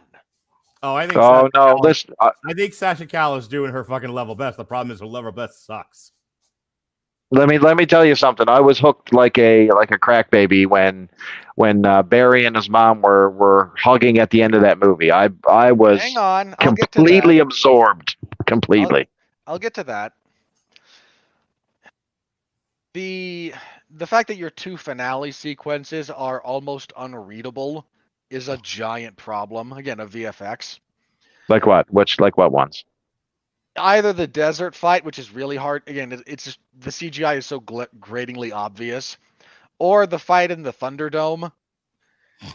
Like It's true. That's exactly what it is. I agree with you. it's like I'm not saying you can't have a good action sequence in a confined area. You can. I'm saying having those three idiots stand around and allow exposition to be dumped on each other. Like, wait, you're me. Yes, I'm you. And you, Barry, don't you see? Don't you love this paradox we're in? I knocked you out of the Speed Force to create me, but without you, but if I hadn't, you wouldn't exist. They're like, we know what a paradox is. Shut up. And no, you don't understand, Barry. The problem isn't anything happening in that fight. The problem is you. Because every time I'm about to get it right, you go away and you stop yourself from doing this, and then I have to start all over again. You're the thing I have to stop. Like, shut up. God, no one cares. That's the real problem. Like that whole fight scene has no emotional weight. The sort of revelation that that Ezra Miller comes to, that Barry does, like that has a little emotional weight to it, but nothing else around there does. It's just a bad friggin' Sentai suit on some on this guy's like, wait, you have that scar. I have that scar. You're me. See, it's funny because that exact plot is in the Flash CW show. Exactly. And it was stupid there too. Oh boy, was it ever. So there's all that. That's all a problem. The pacing of this thing is bad. We waste a lot of time. That entire scene where he's like Google searching for people, and you have. Oh, that is insufferable. It really. I wanted to burn something. Preferably Ezra Miller, but it's just My 12-year-old terrible. daughter looked at me and she was like, "These motherfuckers need to go. Every last one of them." Like she was prepared to walk up in that scene and shoot a gun into every single one of those characters. I'm prepared to accept that the idea of who you turn into without certain tragedies in your life, without certain adversity that you have to overcome, being different from who you are, and that is fine. Why they decided to make douchebag Barry this grating, I don't know whose choice that was. It was a mistake. It's a mistake to make him that insufferable. You hate every single second he's on screen. Every one of them. Do you think he was going for 90s Barry, or do you think he was going for millennial? Because I'm me, I did laugh at a couple of things he did, like when he phases through the floor. Okay, no. Like, Yes. there were gags that are so cartoonish, they're funny to me. They were. That's true. That is a gag, and then he comes, I scarred Mrs. Johansson. Like, okay. As a gag, that's actually not That's bad. funny. Right. Yeah, that's the funny. fact that it's preceded by him doing really stupid stuff and just being really, really, really, really obnoxious. Like, I almost couldn't laugh at it because, like, no, I wanted you to fall further and preferably break something. It's just not good. It was a bad character decision to play it that way or to write it that way with that tone. It's okay for him to be more happy-go-lucky, more exuberant. And it's okay for elements of what he's done to contrast with Other Barry. Like, I actually don't hate the detail that Other Barry's pissed at him for using the stuffed animal as a dartboard. Like, this is the last thing my mother gave me, and you're treating it like crap. Whereas to this one, it was just a birthday gift 10 years ago. Right. 11 years. Like, that's not the worst idea. It's a metaphor for taking things for granted. Yeah. Yep. And again, that's fine, and it's fine to play him as different. Why you decided to play him as the worst combination of every late 90s and early 2000s stoner comedy, I don't know. It's terrible. Right down to the laugh. Ugh. That's awesome. It's Funny. the worst. It's just the worst. I didn't care about Michael Keaton's Batman showing up, especially when he doesn't really do anything. Do you think there was a missed opportunity for surprise? I don't care about surprise either. Let me answer that, because they knew that they knew that they couldn't have Ezra Miller to go out and do press. They knew that this point, this late in the game, a Flash movie was not going to resonate with people. They had to promote Michael Keaton's Batman. They had to go with something as gimmicky as Michael Keaton's Batman in the hopes it would revive interest. So I'll ask you guys, is Michael Keaton the right answer? I don't think there was one, to be honest with you. Even in hindsight. I do honestly. Unless we're talking about significantly rewriting and reshooting. Like, if you tell me that the movie that we got is basically the finished movie, right? We can't, this is what we have to go with. Yeah. What do you pull from that? The only other way to do this would have gotten Jeffrey Dean Morgan and do it the original way. Do it, do it where where he's Batman's dad. So I love that idea. So at the end of the original Flashpoint, one of the emotional resonant parts is that I love that. I love that part. Yeah, there's a letter at the end from to Bruce from his father. Okay, that is brought back, and you talk about an emotional impact. This is a guy whose entire being, character, and reason for living and reason for vengeance is out there because his parents died, and he's upset, and he's going to get revenge, and he's going to make sure this doesn't happen. And now he's got a letter from his dad saying, "I'm proud of you." It's a better way of doing this would get Jeffrey Dean Morgan, but Jeffrey Dean Morgan's Batman straight up murdered, the criminals of Gotham. The fact that you are not familiar with the source material is showing, because in the source material, what happens in the Flashpoint is I've read Flashpoint. We reviewed it on here. But you would. That's what you would do. You would play that version of Batman as basically the Punisher. Yeah. But what works at the end, if you need another bit of emotional catharsis, is again that letter from Thomas Wayne to Bruce. Yep. And it's a shame, because I think Ben Affleck could have nailed that scene too, when he just takes off the cowl, reads his letter, and cries. It would have been awesome. Yeah, I'm making this movie. I don't do Michael Keaton's goofy '89 Batman. I do Jeffrey Dean Morgan and just do Flashpoint. That was the original idea, but then we changed creative direction. Well, no, I know, I understand that, but I have said from the start, if I have said from the start that if they had just kept either do Zack Snyder's vision from soup to nuts, beginning to end, or don't. But if you're not going to do it, then start all over again. They tried to Frankenstein's monster this fucking thing, and this is where we ended up. Yeah. Why don't you give Michael Keaton a happy ending? Why do we have to kill every single piece of nostalgia? Like in Star Wars, let's kill Han Solo. How about Luke Skywalker? Let's kill Princess Leia. Let's kill them all. I would watch Michelle Pfeiffer give Michael Keaton a happy ending. But how cool would that have been if you had Michael Keaton, like his last scene is getting a letter from his dad? That would have been awesome. Close the door, and that's all you need to see of your Batman. Everything's great. But no, we kill everybody. Part of the problem there is this movie does a really stupid thing. It tries to draw a distinction between time travel and the multiverse. And Yes, you're right. I'm not saying, look, if you want to keep those two things wholly separate, fine. Your time travel has nothing to do with multiverse. Leave it alone. But because they can't, then we can't have a happy ending for this Batman because the Flash has to go back and change things so this Batman never exists. None of anything that they did mattered, and the Flash didn't even learn his lesson because he's still screwing with stuff and changing the past and the future because he's an idiot. All right, what else, Robert?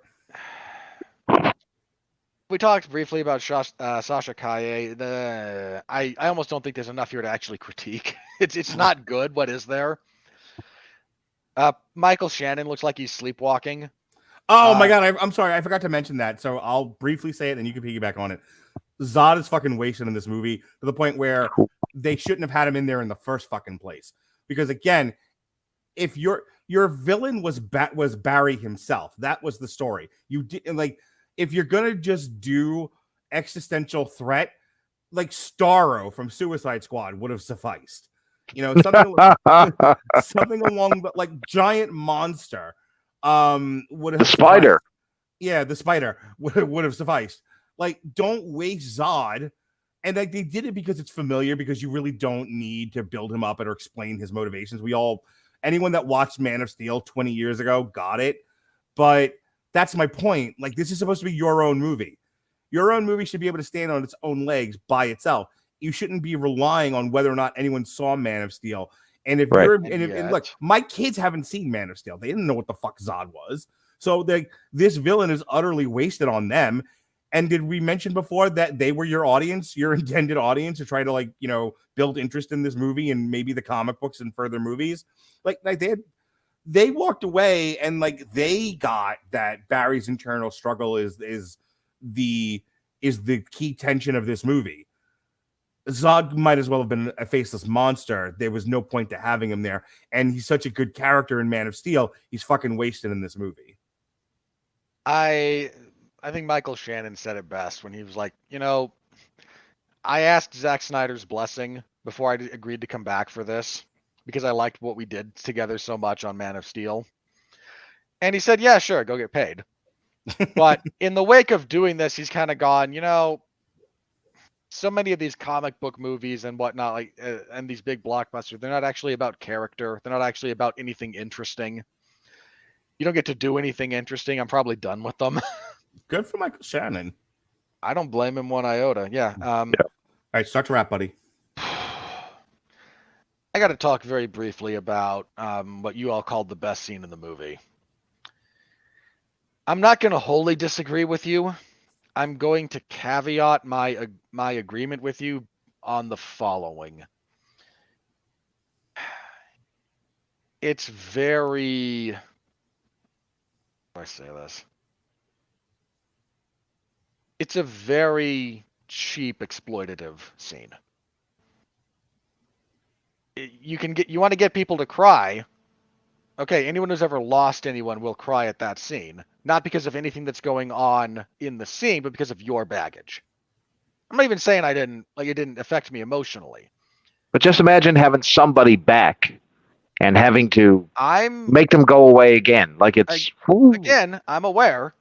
Or you never got to say goodbye to your loved one the first time and you're getting a second chance. So I don't understand why you're saying it's exploitive. It's a little bit like, oh no, I killed a puppy, so I'm the villain.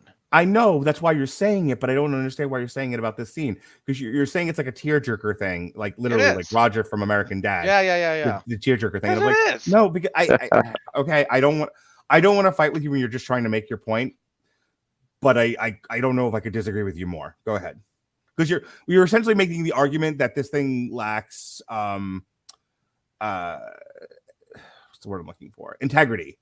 And I don't think that's the case. I'd argue that it does, but that also might just be because I'm me. Okay. So I'm not disagreeing with you guys that it's the best scene in the movie. It's the most emotionally affecting thing. I just... again, it's one of those things that kind of rubs me the wrong way in hindsight. sort of like the opening to the first Guardians movie when, oh no, small child sees his mother dying of cancer. Aren't you sad? Like, yeah, I'm sad, but that's a cheap, easy way to make somebody sad. Look, there's a whole other discussion to be had about real cheap and easy and genuinely heart-wrenching. I think you're being a little hard on the Beaver because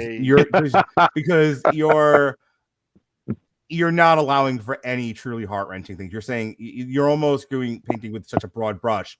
You're just kind of pointing at these things and almost like out of like resentment and frustration about the movie industry going, it's all bad.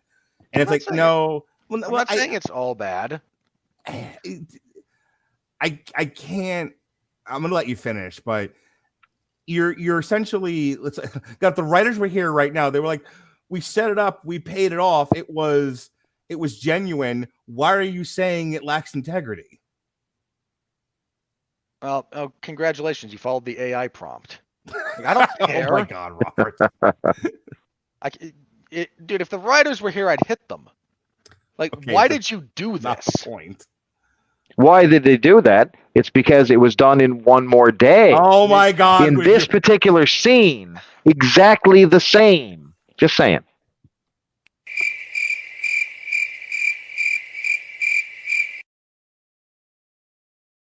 I know it. Spider-Man fans who are going to be mailing you Anne for accident. Oh, hell yeah. And I'm right. You can suck a dick. You're really not. There's a reason that storyline is so long. That's a bingo. Just going randomly through your soundboard now. Please stop. I will if this doesn't continue. I think the other thing. Okay, here's my other thing about this movie, and this is a slightly bigger point. You, Mark, brought up, like, taken in a vacuum, you found this somewhat enjoyable. Sure. The number of people. Hang on. So did a lot of normies. I know. Let me make from my personal experience. Let me make my point. I'm not a normie. The number of people crying about the failure of this film. Going, well, why does it have to be connected? Why can't it just be good on its own terms? Well, one, it's not a good movie.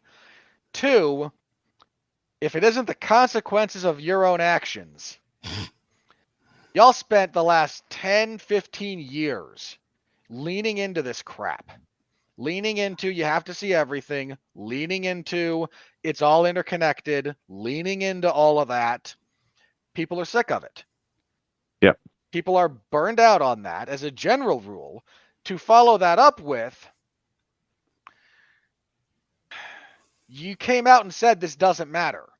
Like you have conditioned the audience that the connectivity is what's selling this, to then come out and say nothing you're about to see matters. You don't then get to say it's good on its own terms. Please go see it. Screw you. You are not allowed to play 18 sides against the middle. That I agree with wholeheartedly. So yeah, I didn't enjoy the movie. Saw this. There was one other guy in this theater with me. One.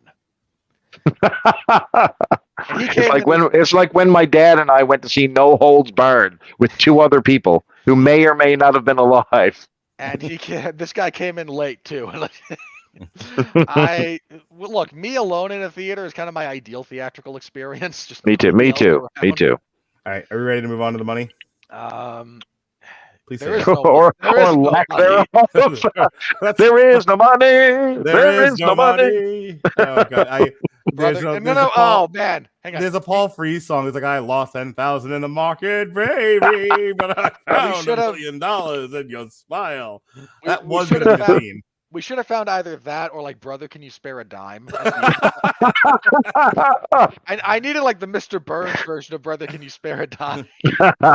when we went to video and all of my themes like Shane McMahon's "Here Comes the Money" by Naughty by Nature was pegging all the copyright stuff, so I had to redo everything so it wouldn't pay copyright anymore.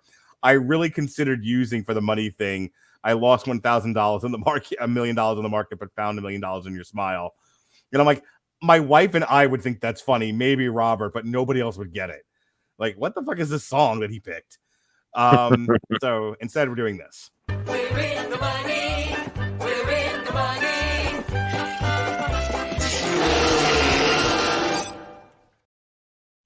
Yes, now. All right. So the lack of money. This thing fell like 73% from its opening weekend.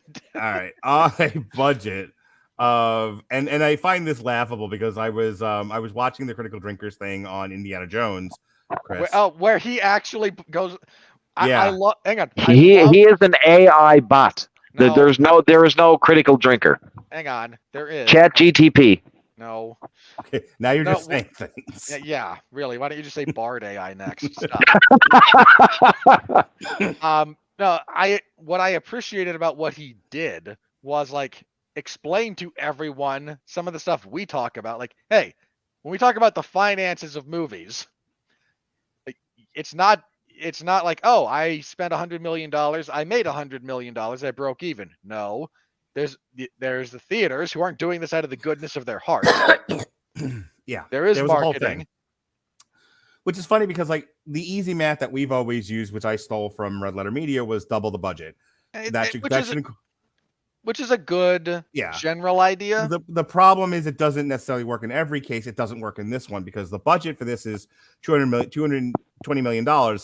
Probably far underreported. more on this fucking movie on the outset between marketing, the amount of time it took to get from script to screen. I mean, we're talking probably closer to $400 million to get this thing in. We're a lot closer to 3. We're probably over 3 if you include marketing. Like the other thing that we have to remember about budgets is usually if you want to add 20 to what they report, you're probably closer to reality because they underreport those things all the time. Yeah. So, but to do easy math here, $220 million budget. It is made in the year at this time of recording, June 27th. It is $212.5 million. And yes, it did release on June 16th. We are doing this a week later because one cares. Well, with the benefit of hindsight, I think there's a discussion to be had about how did it do in its second week? How did it, because I think it won its weekend, but then what happened in its second weekend, and that's where our discussion lies. Well, one, it underperformed in its opening weekend. It only took in like 40. Right. And then it dropped 70+%. Yeah, 72.5 is what it's showing here. So cool. Spider-Man Across the Spider-Verse this past weekend, June 23rd through June 25th, jumped from 3 back to the number 1 spot again. This is probably going to be the only other movie this year that makes $1 billion. No. More than likely. No. You don't think so? No. It'll do nine-ish. It's going to do, again, it's going to do well. I'm not pretending otherwise. I don't think it hit. Don't we already have its digital release date? Maybe. And you're right. I forgot about that. All right. So Elemental stayed. So again, Spider-Verse doing well. It's not $1 billion. So Elemental's like lapping the Flash, by the way. It maintained its number 2 spot. The Flash fell from 1 to 3. I don't want to take a few minutes to talk about this next one. No Hard Feelings, which I saw with my wife last Thursday, debuted at number 4. Shut up. Just shut up. No Hard Feelings is my top 10 movies of the year right now. You are. I am somebody who enjoys film and talks intelligently about them, and I will tell you why. I don't look there. You can, in the year of our Lord 2023, say the raunchy sex comedy can be your favorite movie of the year. This can happen. It did happen. I'm saying it. I like this movie a lot. Jennifer Lawrence kind of turned over the twatty torch to Brie Larson, and now Brie Larson's the one everyone hates. But for a while there, it was Jennifer Lawrence. It's still Jennifer Lawrence. I have to say, Jennifer Lawrence did a lot to, if people actually go see this thing and give it a half a chance. No. Jennifer Lawrence did a really great job with this. Like, she's not known for her comedic timing or her comedy faces. There are a couple of sequences here where she makes this like wild take look on her face. You see one of it in the trailers where she's got the kid in the hood and she's driving past the train. She's great. She's really hysterical in this. There's a scene where she actually they're skinny dipping, which you see in the trailer. What you don't see in the trailer is that the clothing gets stolen by this group of wayward kids, and she goes and she fights them and gets her clothing back. That is a great sequence. But more than anything else, and so my wife and I were both enlightened and disappointed by this movie, and I'll tell you why. Because we were both kind of expecting like a Porky's, American Pie, raunchy sex comedy. That's what it was sold as. That's what we were going for. We were like, yes, bring us back to Hamburger the movie, Hot Dog the movie, joysticks, all of it. That's what we want. Tits and dicks and drugs. And that's not really what we got here. What we got is a story about moving on with your life after tragedy. We got, finding oneself, finding one's identity, developing the courage to live your life outside of the protective covering of your parents. It's actually a very sweet, well-written movie, worth seeing. Again, if you're shying away from, like the raunchy sex comedy kind of a thing, like, I don't want to subject myself to that. There's not a lot of that in this. Like, this is the movie that breeds a lot of cringe, you would think. It's the kind of movie that that has like Three's Company, awkward sex comedy kind of a thing. None of that's really in this movie. You would think it is from the trailer, but it's not there. As a matter of fact, that was one of the criticisms we had. Like, we thought we'd laugh more. Like, it's a solid story with great acting from both the lead kid and Jennifer Lawrence, but it's not laugh out loud funny. There's a couple of sequences that are wildly amusing, but most of the movie is Jennifer Lawrence's journey to, moving on with her life and getting out of this rut that she's struggling so hard to maintain, such to the point she's willing to sell herself to this child, this, 18-year-old boy. So 19-year-old boy. So in short, it's a shame it didn't do better than number 4 for the weekend. It's got some stiff competition in Spider-Verse, but wait. So the bulk of the story is her learning prostitution's not a good thing. Yeah. So the moral of the story is don't sell yourself. Learn to cope. Don't be a literal whore. Don't be a whore. Develop coping skills. Anyway, I wish it had done better than number. All actors are prostitutes, so I wish it probably had wasn't done hard for her. I wish it had done better than number 4. It deserves better than that. I'm hoping. I was listening to The Town, which is a Spotify podcast that deals with the movie industry, and they were talking about like people were probably wary of seeing it opening weekend, but with good buzz, good word of mouth, hopefully it's got some legs to it, and it does fairly decently. It's made $15 million so far. It looks like domestic. Well, I imagine the budget for it was reasonable. Yeah, I think it was. I want to say it was like 10 million or something. I have to go look. Transformers: Rise of the Beast fell from 4 to 5. Asteroid City had its wide release finally, so that jumped from 10 to 6. Little Mermaid dropped from 5 to 7. Bomb. Guardians 7 to 8. The Blackening 6 to 9. Speaking of bombs, The Boogeyman 8 to 10, and then Past Lives maintains at 11. The Last Rider debuted at 16. And a bunch of other ones here. Desperate Souls 22. Lauren and Rose 24. Reservoir Paris 25. The 50th anniversary of The Wicker Man was 29. That's the original Wicker Man. That's the good one. The Mother and the Whore debuted at number 30. Kings of LA 31. And that was the weekend that was. All right. Worldwide on the side. All the way up the slide. Super Mario, number 1 with over $1 billion. Guardians, petering out, losing gas, smoking. Yeah. And number 2 at 831 million. 830 is nothing to sneeze at. Fast X underperforming, but still at least wildly making some dough with 689. Spider-Man Across the Spider-Verse just running up that hill at 563 million. The Little Mermaid. You know what? Spider-Man might not hit 700. Little Mermaid at crossed. Now we said the Little Mermaid was probably going to die between 5 and 6, so it's currently in. Look, man, I wasn't sure it was going to beat Ant-Man and the Wasp. Yeah, well, it did. Ant-Man and the Wasp fell to number 6 at 476. But Little Mermaid at only 500 million. Like, they're taking a bath on that. They are losing money. John Wick's maintaining at number 7 with 427. Transformers: Rise of the Beast. Speaking of bombs, please just no more Transformers movies for a while. Can we please? Yeah, they got to stop. No Transformers G.I. Joe. None of it. Stop. Yep. Just no more. Figure something else to do with this IP. Find another way to make money. No more Transformers movies. At 342 million, y'all should be a fucking shame to yourselves. Creed 3 at 275, and The Flash. Oi. Hey, I saw that movie. 2 weeks. 2 weeks. 2 in week theaters. total. Number 10 at 212 million. Speaking of, Yeah. Play the sound, Mark. Which one? Play the bomb.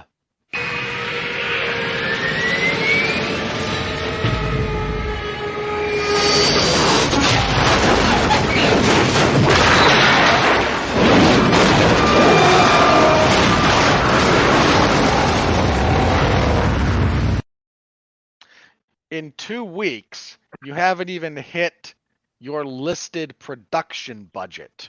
Yeah, that's not good. I at some point, the executives at DC are going to be like, I'm going to go run an antique shop. Like, fuck it. I can't. I don't know why I'm here anymore. Let the interns run this place. They couldn't possibly do a worse job. Speaking of which, speaking of bomb factories, I don't know if you know about this company, this little company out of Burbank called Disney. Oi. They're about to release a movie called Indiana Jones and the Dial of Destiny. That Indiana Jones and the death of Chris Bailey's childhood. Yep, this is it. All in one shaft. This is the end. It's literally it. The last bastion of fandom dies with Indiana Jones and the Dial of Destiny. Guys, we need to say this out loud. That movie is just... I already know what happens. Like, I've read reviews and I've heard people talk about it who are... Because I don't care about spoilers for this piece of crap.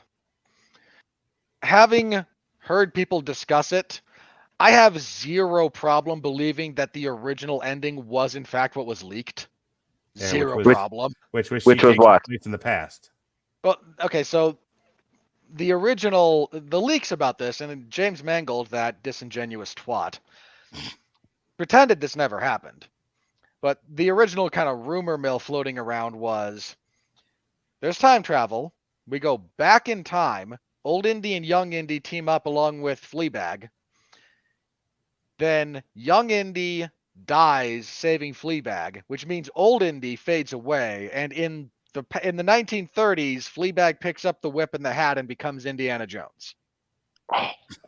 That would cause people to burn the fucking theater down. I may have just caused an aneurysm. Yeah, and there goes Bailey. So I want to go back to say, hang on. I want to go back to something you not said what last happened. week because it just came up in our chat. We were talking about Disney needing the capital to buy out. I think it was Warner Discovery's portion. Hulu.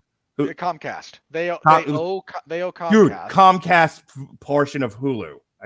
I thought it, instead of saying Comcast, I said Warner Discovery, Comcast. That Disney has to buy out Comcast portion of Hulu. They may not have the capital to do it. They may have to sell Lucasfilm. They bought Lucasfilm for $400 billion. They've now done so much damage to Lucasfilm. It's not worth $4 billion anymore. You just said $400 billion. Sorry, $4 billion. $4 billion. That would have been it would have been even better. They've now done so much damage, and then it's like you have to think about the way they're thinking about this. Like, oh gosh, Indiana Jones will save us. No, you're about to lose $1 billion on this fucking thing. You are so Iger, Disney's Iger is literally like in defense mode over this, saying that the projections are outlandish lies and all this type of thing, and it's going to really overperform. Oh, of course, that's what it is. But that's what he's saying in public. Meanwhile, behind the scenes, he's grabbing every executive from Lucasfilm and firing them wholesale. No. Oh, he's taking these people by the collar and going, you have two choices: the fucking stairs or the window. Dude, this is the movie that's going to cause the blanket house clean. This is the one. What's the name of the diversity broad who fucking said "kiss my natural black ass" and dove out the window? No, they fired her. Yeah. Again, in the last half month or so, they fired Victoria Alonso and now hired their chief diversity officer. Yeah. Again, kiss my natural. They hired or fired their chief diversity officer. Fired. He said hired, but he meant fired. Get out of here. Get out of here. Look, they have I was trying to explain this to somebody. I'll find the name. Go ahead. I was talking to Sean about this last night. We were talking about we were talking about representation in movies. You can get away with it in some quarters, you can't get away with it in all the quarters, and it's really hard to get away with it in family entertainment where people are tolerant of the homosexual community. They just don't always want their children exposed to it. And that's all Disney's been doing. So between the damage the hero damage they've done to Lucasfilm and Marvel, and then with the forced representation in Disney animation and Pixar, this company has so much to. This company is essentially like that scene in The Flash, where after douchebag Barry has run around and he's just standing amidst of like a bunch of flames. Everything is hot, wet, on fire, and he's like, "I don't know what to do first." You know, it's like if you've ever, Chris Bailey, have you ever just like woken up and your wife's like, "The house is a mess, everything is a tatters," and I don't know where to start. They're just over like you. It was Sunday cleanup day. You don't know what to do first, and your wife is just in tears. Like, I don't know where to start. Oh, I got it. Of course. Latondra Newton. Disney. By Latondra. Latondra Newton. Yeah. The chief diversity officer. Latondra Newton yeeted herself out the fucking windows yelling, "Kiss my natural black ass." Out she went. And no one cared. So yes, you know, they can fire all the diversity people. They can be like gay people, never heard of them. Like they have such a long way to go to fix things. It's really Pixar's newest release. This is the movie that they're making next. It's called Safe White Nuclear Family. That's the movie. Yeah. Pixar presents the animated version of Commando. Hey, I would pop for that. Instead, we're getting Toy Story 5. Yeah, and Inside Out 2, and Chris Here's makes Chris Bailey want to rip his own dick off. No. There's actually no Inside Out 2. That'll never happen. That was a dud. No. You can say what you want. No, they're trying. All right. You know what amuses me about Toy Story 2? Sorry, about Inside Out 2, 5. potentially? No. The memes that have come out about, okay, it's going to be a teenager, right? So all the same emotions are in line, and then they've extended the control panel, and next to it they've put like the cave troll from Lord of the Rings listed as horny. Nice. Oh, yeah, teenagers. All right, so we have Indiana Jones next. Yeah, for the record, everyone, our Damn You Hollywood next week will be on a Monday not to run over the 4th of July here in the United States, because we care about freedom. And then we're taking a week off. We're gonna do Flamin' Hot and Extraction, and then after that is Mission Impossible. You know, I talked about movies that might make $1 billion, and I said, you know, maybe it's Spider-Verse, maybe not. But the only other one that's really got a good chance right now, based on projections, is Mission Impossible. Dude, hang on, I have to ask this since we're talking projections. Mm-hmm. Did you see the full trailer for the Barbie movie? I have, and apparently that's tracking really well. I'm super excited. First of all, it looks amazing. No. Shut up. You're not even on the review. I'm aware, but like, I'm not trying to completely say you shouldn't be excited. Like, if you want to be excited, I am. Okay. I was hearing in the theater. Hang on. Can we all agree? Stop, you freaking seal. Can we agree that X fake thing goes to the real world is stupid and overdone? Yeah. Oh, I'm with you. Look, I think first of all, I think Barbie is going to do well. I think it's going to beat Oppenheimer, which makes me sad. Well, sure. Well, hang on. Like, to the shock of no one, your theoretically wide release family film. You want to know what I think the problem that Barbie's going to have is? And I mean this. Like, no gimmickry here. If you take your kids to that, you're going to have some really awkward discussions afterwards. Probably. And I think there's going to be some backlash as far as that goes. We'll see. But my point is, look at the humor for that movie. Look at it. I get it. It's not for kids. It's for the childless 40-year-old women. Yeah. So anyway, when are we going to start? When are we going to start making movies for today's folks? Like right now, we're stealing properties from all our shit. They're all they've done for years is steal our shit. Bailey, when are we going to move to their shit? Bailey, just go watch Mission Impossible. You'll be fine. Look, here's the point. The Flash is done. It's had its 2 weeks. It's going to run up against Indiana Jones. Indiana Jones is going to win its weekend. Indiana Jones is going to win the following weekend because it has no competition. No. And then Hey, hang on.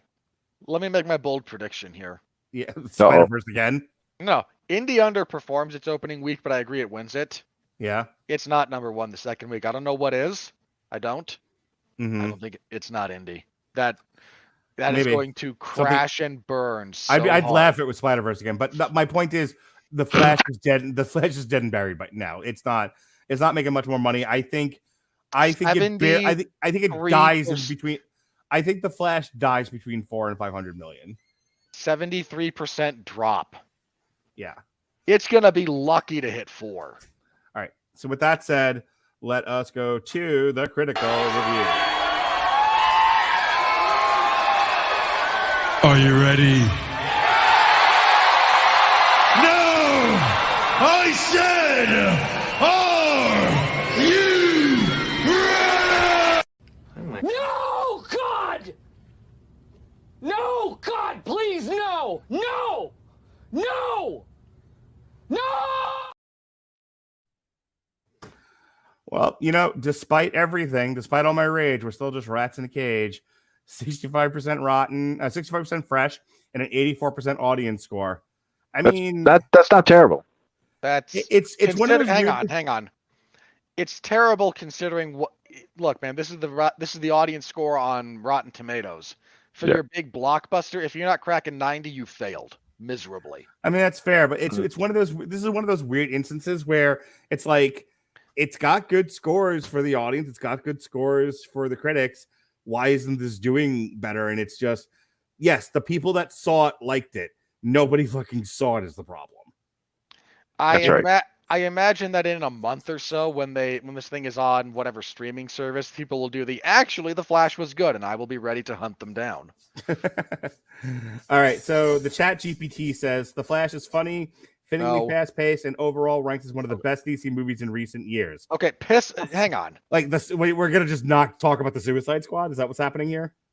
One, define recent years for me, because if you mean this year and last year, maybe when there weren't any. This is not fast-paced. This movie is slow. Ironically, and the audience says, sorry. The audience says the Flash has enough heart, humor, and action, not to mention fun cameos to make up for any drawbacks. I was right when I clapped like a seal. You were look, you are all falling for the jingling keys, and you disgust me. Leonard Maltin. Oh my God. What does that lame ass got to say? Uncle Malty. He says, good old Uncle Malty says, blame the ancient Greeks for inverting the general idea of the multiverse. Blame DC for propagating the concept in one of the Flash comics in 1961.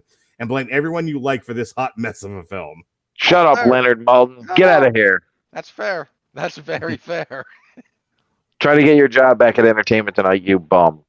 Charles Holmes of The Ringer says Warner's $220 million CGI-filled bomb is what happens when superhero movies peddle in nostalgia for a history that doesn't exist. Also true. Ouch. Ouch. Adam Ollinger of Adam Does Movies. Look, I can't stress this enough. Trying to market this toward the childless old crowd was a mistake. Kids don't care about nostalgia. They don't have any. Adam Ollinger of Adam Does Movies from YouTube. This movie is absolutely insane. It has horrible CGI at times, but huge creativity at others. The cast works really well, and the storyline actually works well in the multiverse. I enjoyed this hot mess way more than I thought I would. Dude, the cast does not work well together. Can we just admit that, please? Oh my God. Victoria Alexander of filmsinreview.com. The first superhero with chest hair. Okay, no. Fucking Henry Cavill snapped a motherfucker's neck. Yes, sir. You're darn right he did, because he is a grown-ass man with hair on his chest. Fucking cashing checks and breaking necks, Henry Cavill did. What the fuck? All right. The film is fun and good. Ugh. What happened to Christian... Wait, what happened to Christian Bale, Val Kilmer, and shamefully, why ignore the 21st century Superman, Henry Cavill?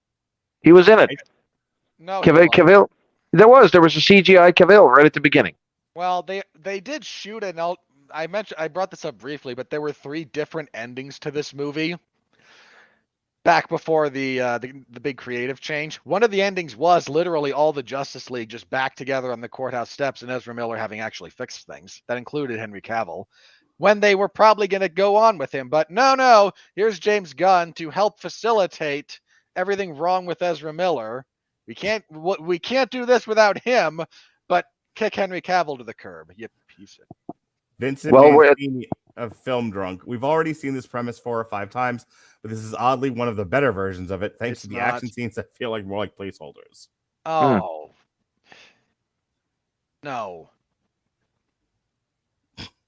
This is not one of the better iterations of like trying to deal with time travel or the multiverse. It's not even close.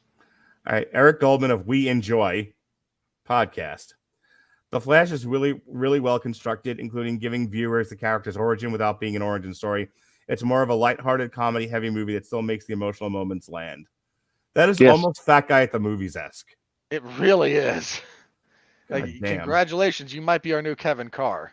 Oi, where's our good man, Kevin Carr? I'll find him. We'll find him.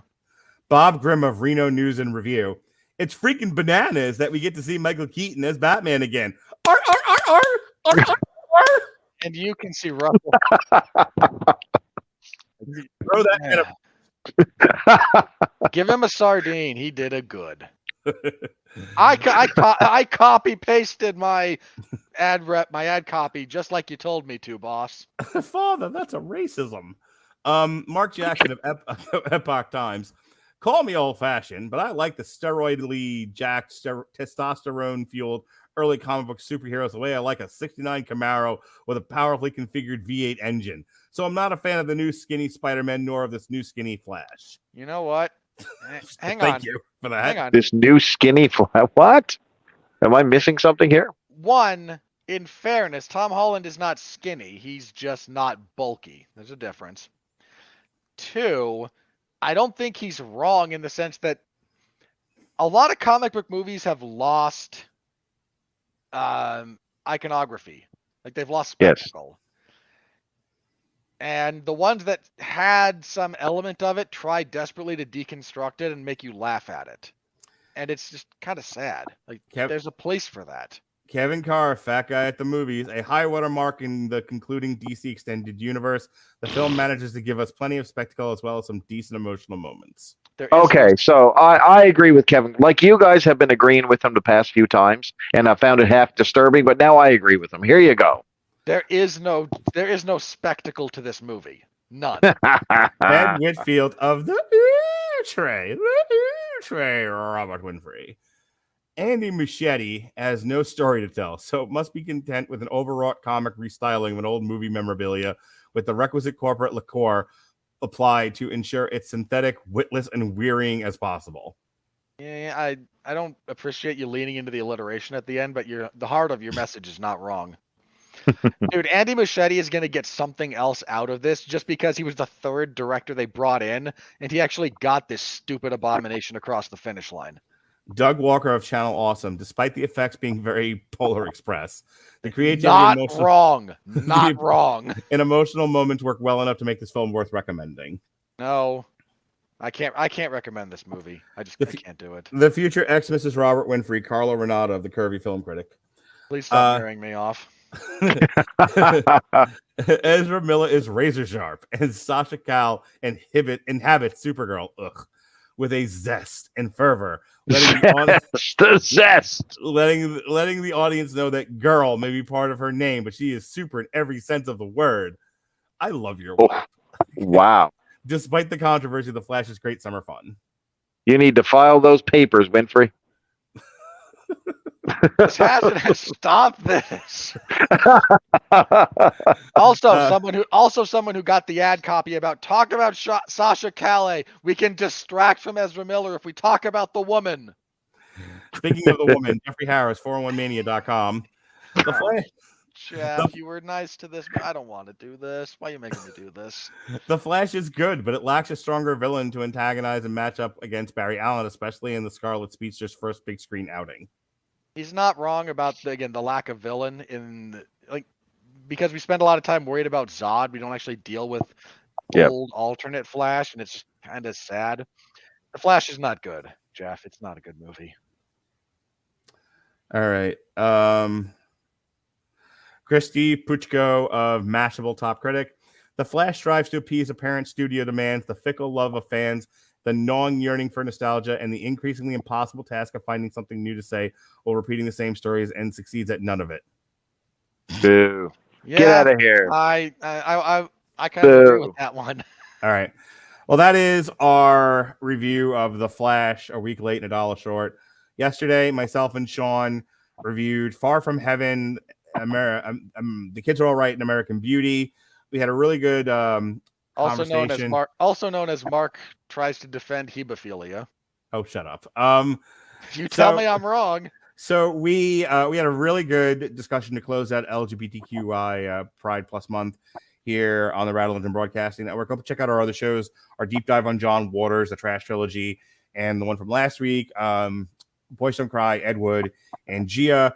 It's good to have Sean back in the fold Also again. the middle one was just like Mark wants to talk about rape. What? I can't say the R word. Oh. Mark wants to talk about pinball machines. Oh, Put yes, it that way. So anyway, so Sean's back in the fold again. We got him on a regular schedule. We're going to be doing a Long Road to Ruin for Men in Black next month. I think it is. Oh, wow. Men in Black is one of those franchises Hollywood needs to let die, but it'll make for a fascinating discussion. Yeah, I love part 3. Don't ask questions. We've got a David Lynch. I have questions, but I won't ask them. We have a David Multiverse. We have a David Lynch survey coming up where we're going to look at Mulholland Drive, Blue Velvet, and Lost Highway. We've got a Wes Anderson one coming up so that I can talk about Asteroid City, but also Rushmore and the Royal Tenenbaums. Really? Yeah. Interesting He wanted to do a choices. Jordan. He wanted to do a Jordan Peele one, so we're gonna do Get Out, Us, and Nope. So we got some. A lot of no. So we got a lot of fun stuff coming up. This week, as far as canned ham goes, we've got movies that don't suck and some that do. They're doing Flamin' Hot and Transformers, and then David Wright and I will be reviewing The Muppets.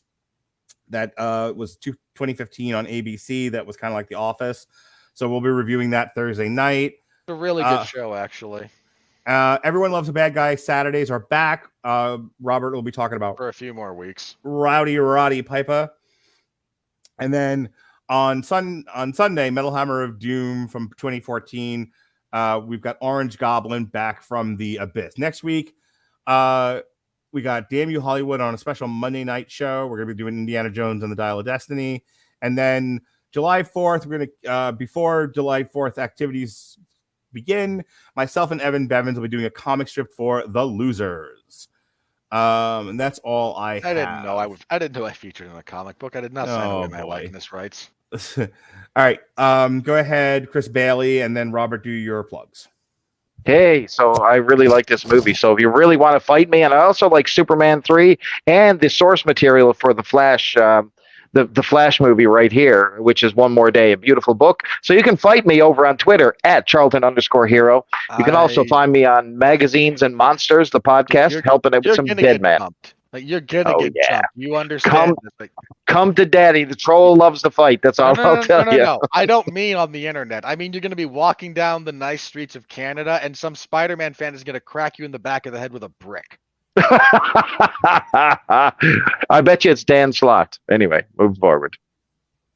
Tell him where you pissed from, Robert Winfree. Oh, is that all your plugs? That's it, man. Okay.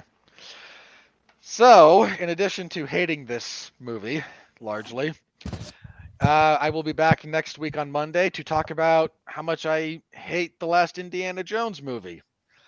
But you haven't seen it yet. How do you know you hate it? Well, they're claiming it's the 5th, and I can't get how they got from 3 to 5. Oh, come on. Stop. This movie is going to be so bad, it will make me yearn for Crystal Skull. Listen, the Last Crusade did exist, despite it being the worst of the Indiana Jones movies. You know, I actually am I don't agree with that argument, but I'm somewhat sympathetic to it. I think Temple of Doom gets more crap than it deserves as a general. Oh, Temple of Doom is my favorite. I think Temple of Doom gets unfairly criticized for not being Raiders of the Lost Ark.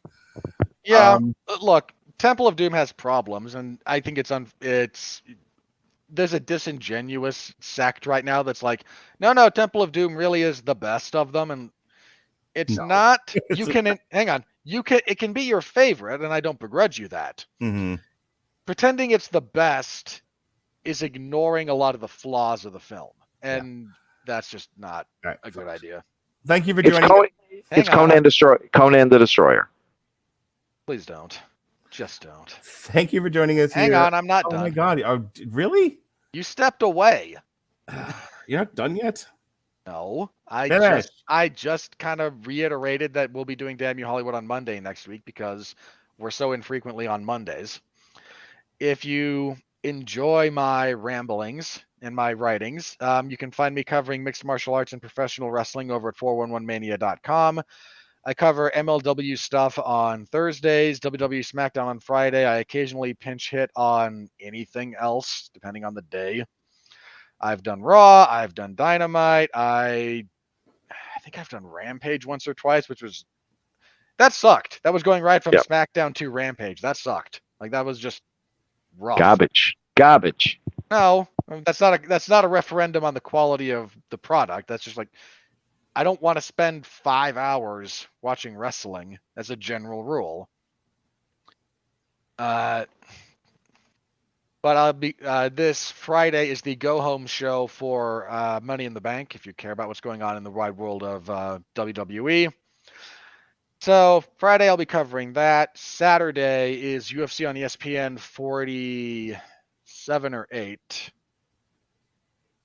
Depends on who you look at actually, because they count them differently. 48 by my reckoning. I think others go by 47. Yeah, from now to like the end of July, it's rough in the MMA space. Last week was UFC on ABC 5. Good main event. You know what? Fuck all that. Just go back and listen to Robert and I cover the Overeem Rosenstrike fight because I re-listened to that. That is high comedy. From about the time that we cover Stefan Struve and what's his face? Oh, I don't know. Not Josh Barnett. There's a lot of people who aren't Josh Barnett. Big bald white guy kicked Stefan Struve in the nuts a bunch of times during that fight. You're gonna make me look this up. Fine. From that point on, especially as you hear me just like start to like fall asleep on the podcast because it went so late, that is is high comedy. At some point, Robert kept correcting also Ben Rothwell. Yeah, the night of 1,000 dick kicks. There were quite a few. Robert corrects my grammar, and you just like there's a pause. You just hear me go, "Ugh." I swear, I would throw my car off the road. That's awesome. Oh my God, there's so many funny bits between me and Robert just doing that broadcast alone. It's well worth a re-listen. All right. So, yeah, this last event, UFC on ABC 5, darn good main event. If I could send the individual fight to Mark, he would probably get a kick out of what I describe as a 15-minute parking lot fight that took place on the prelims.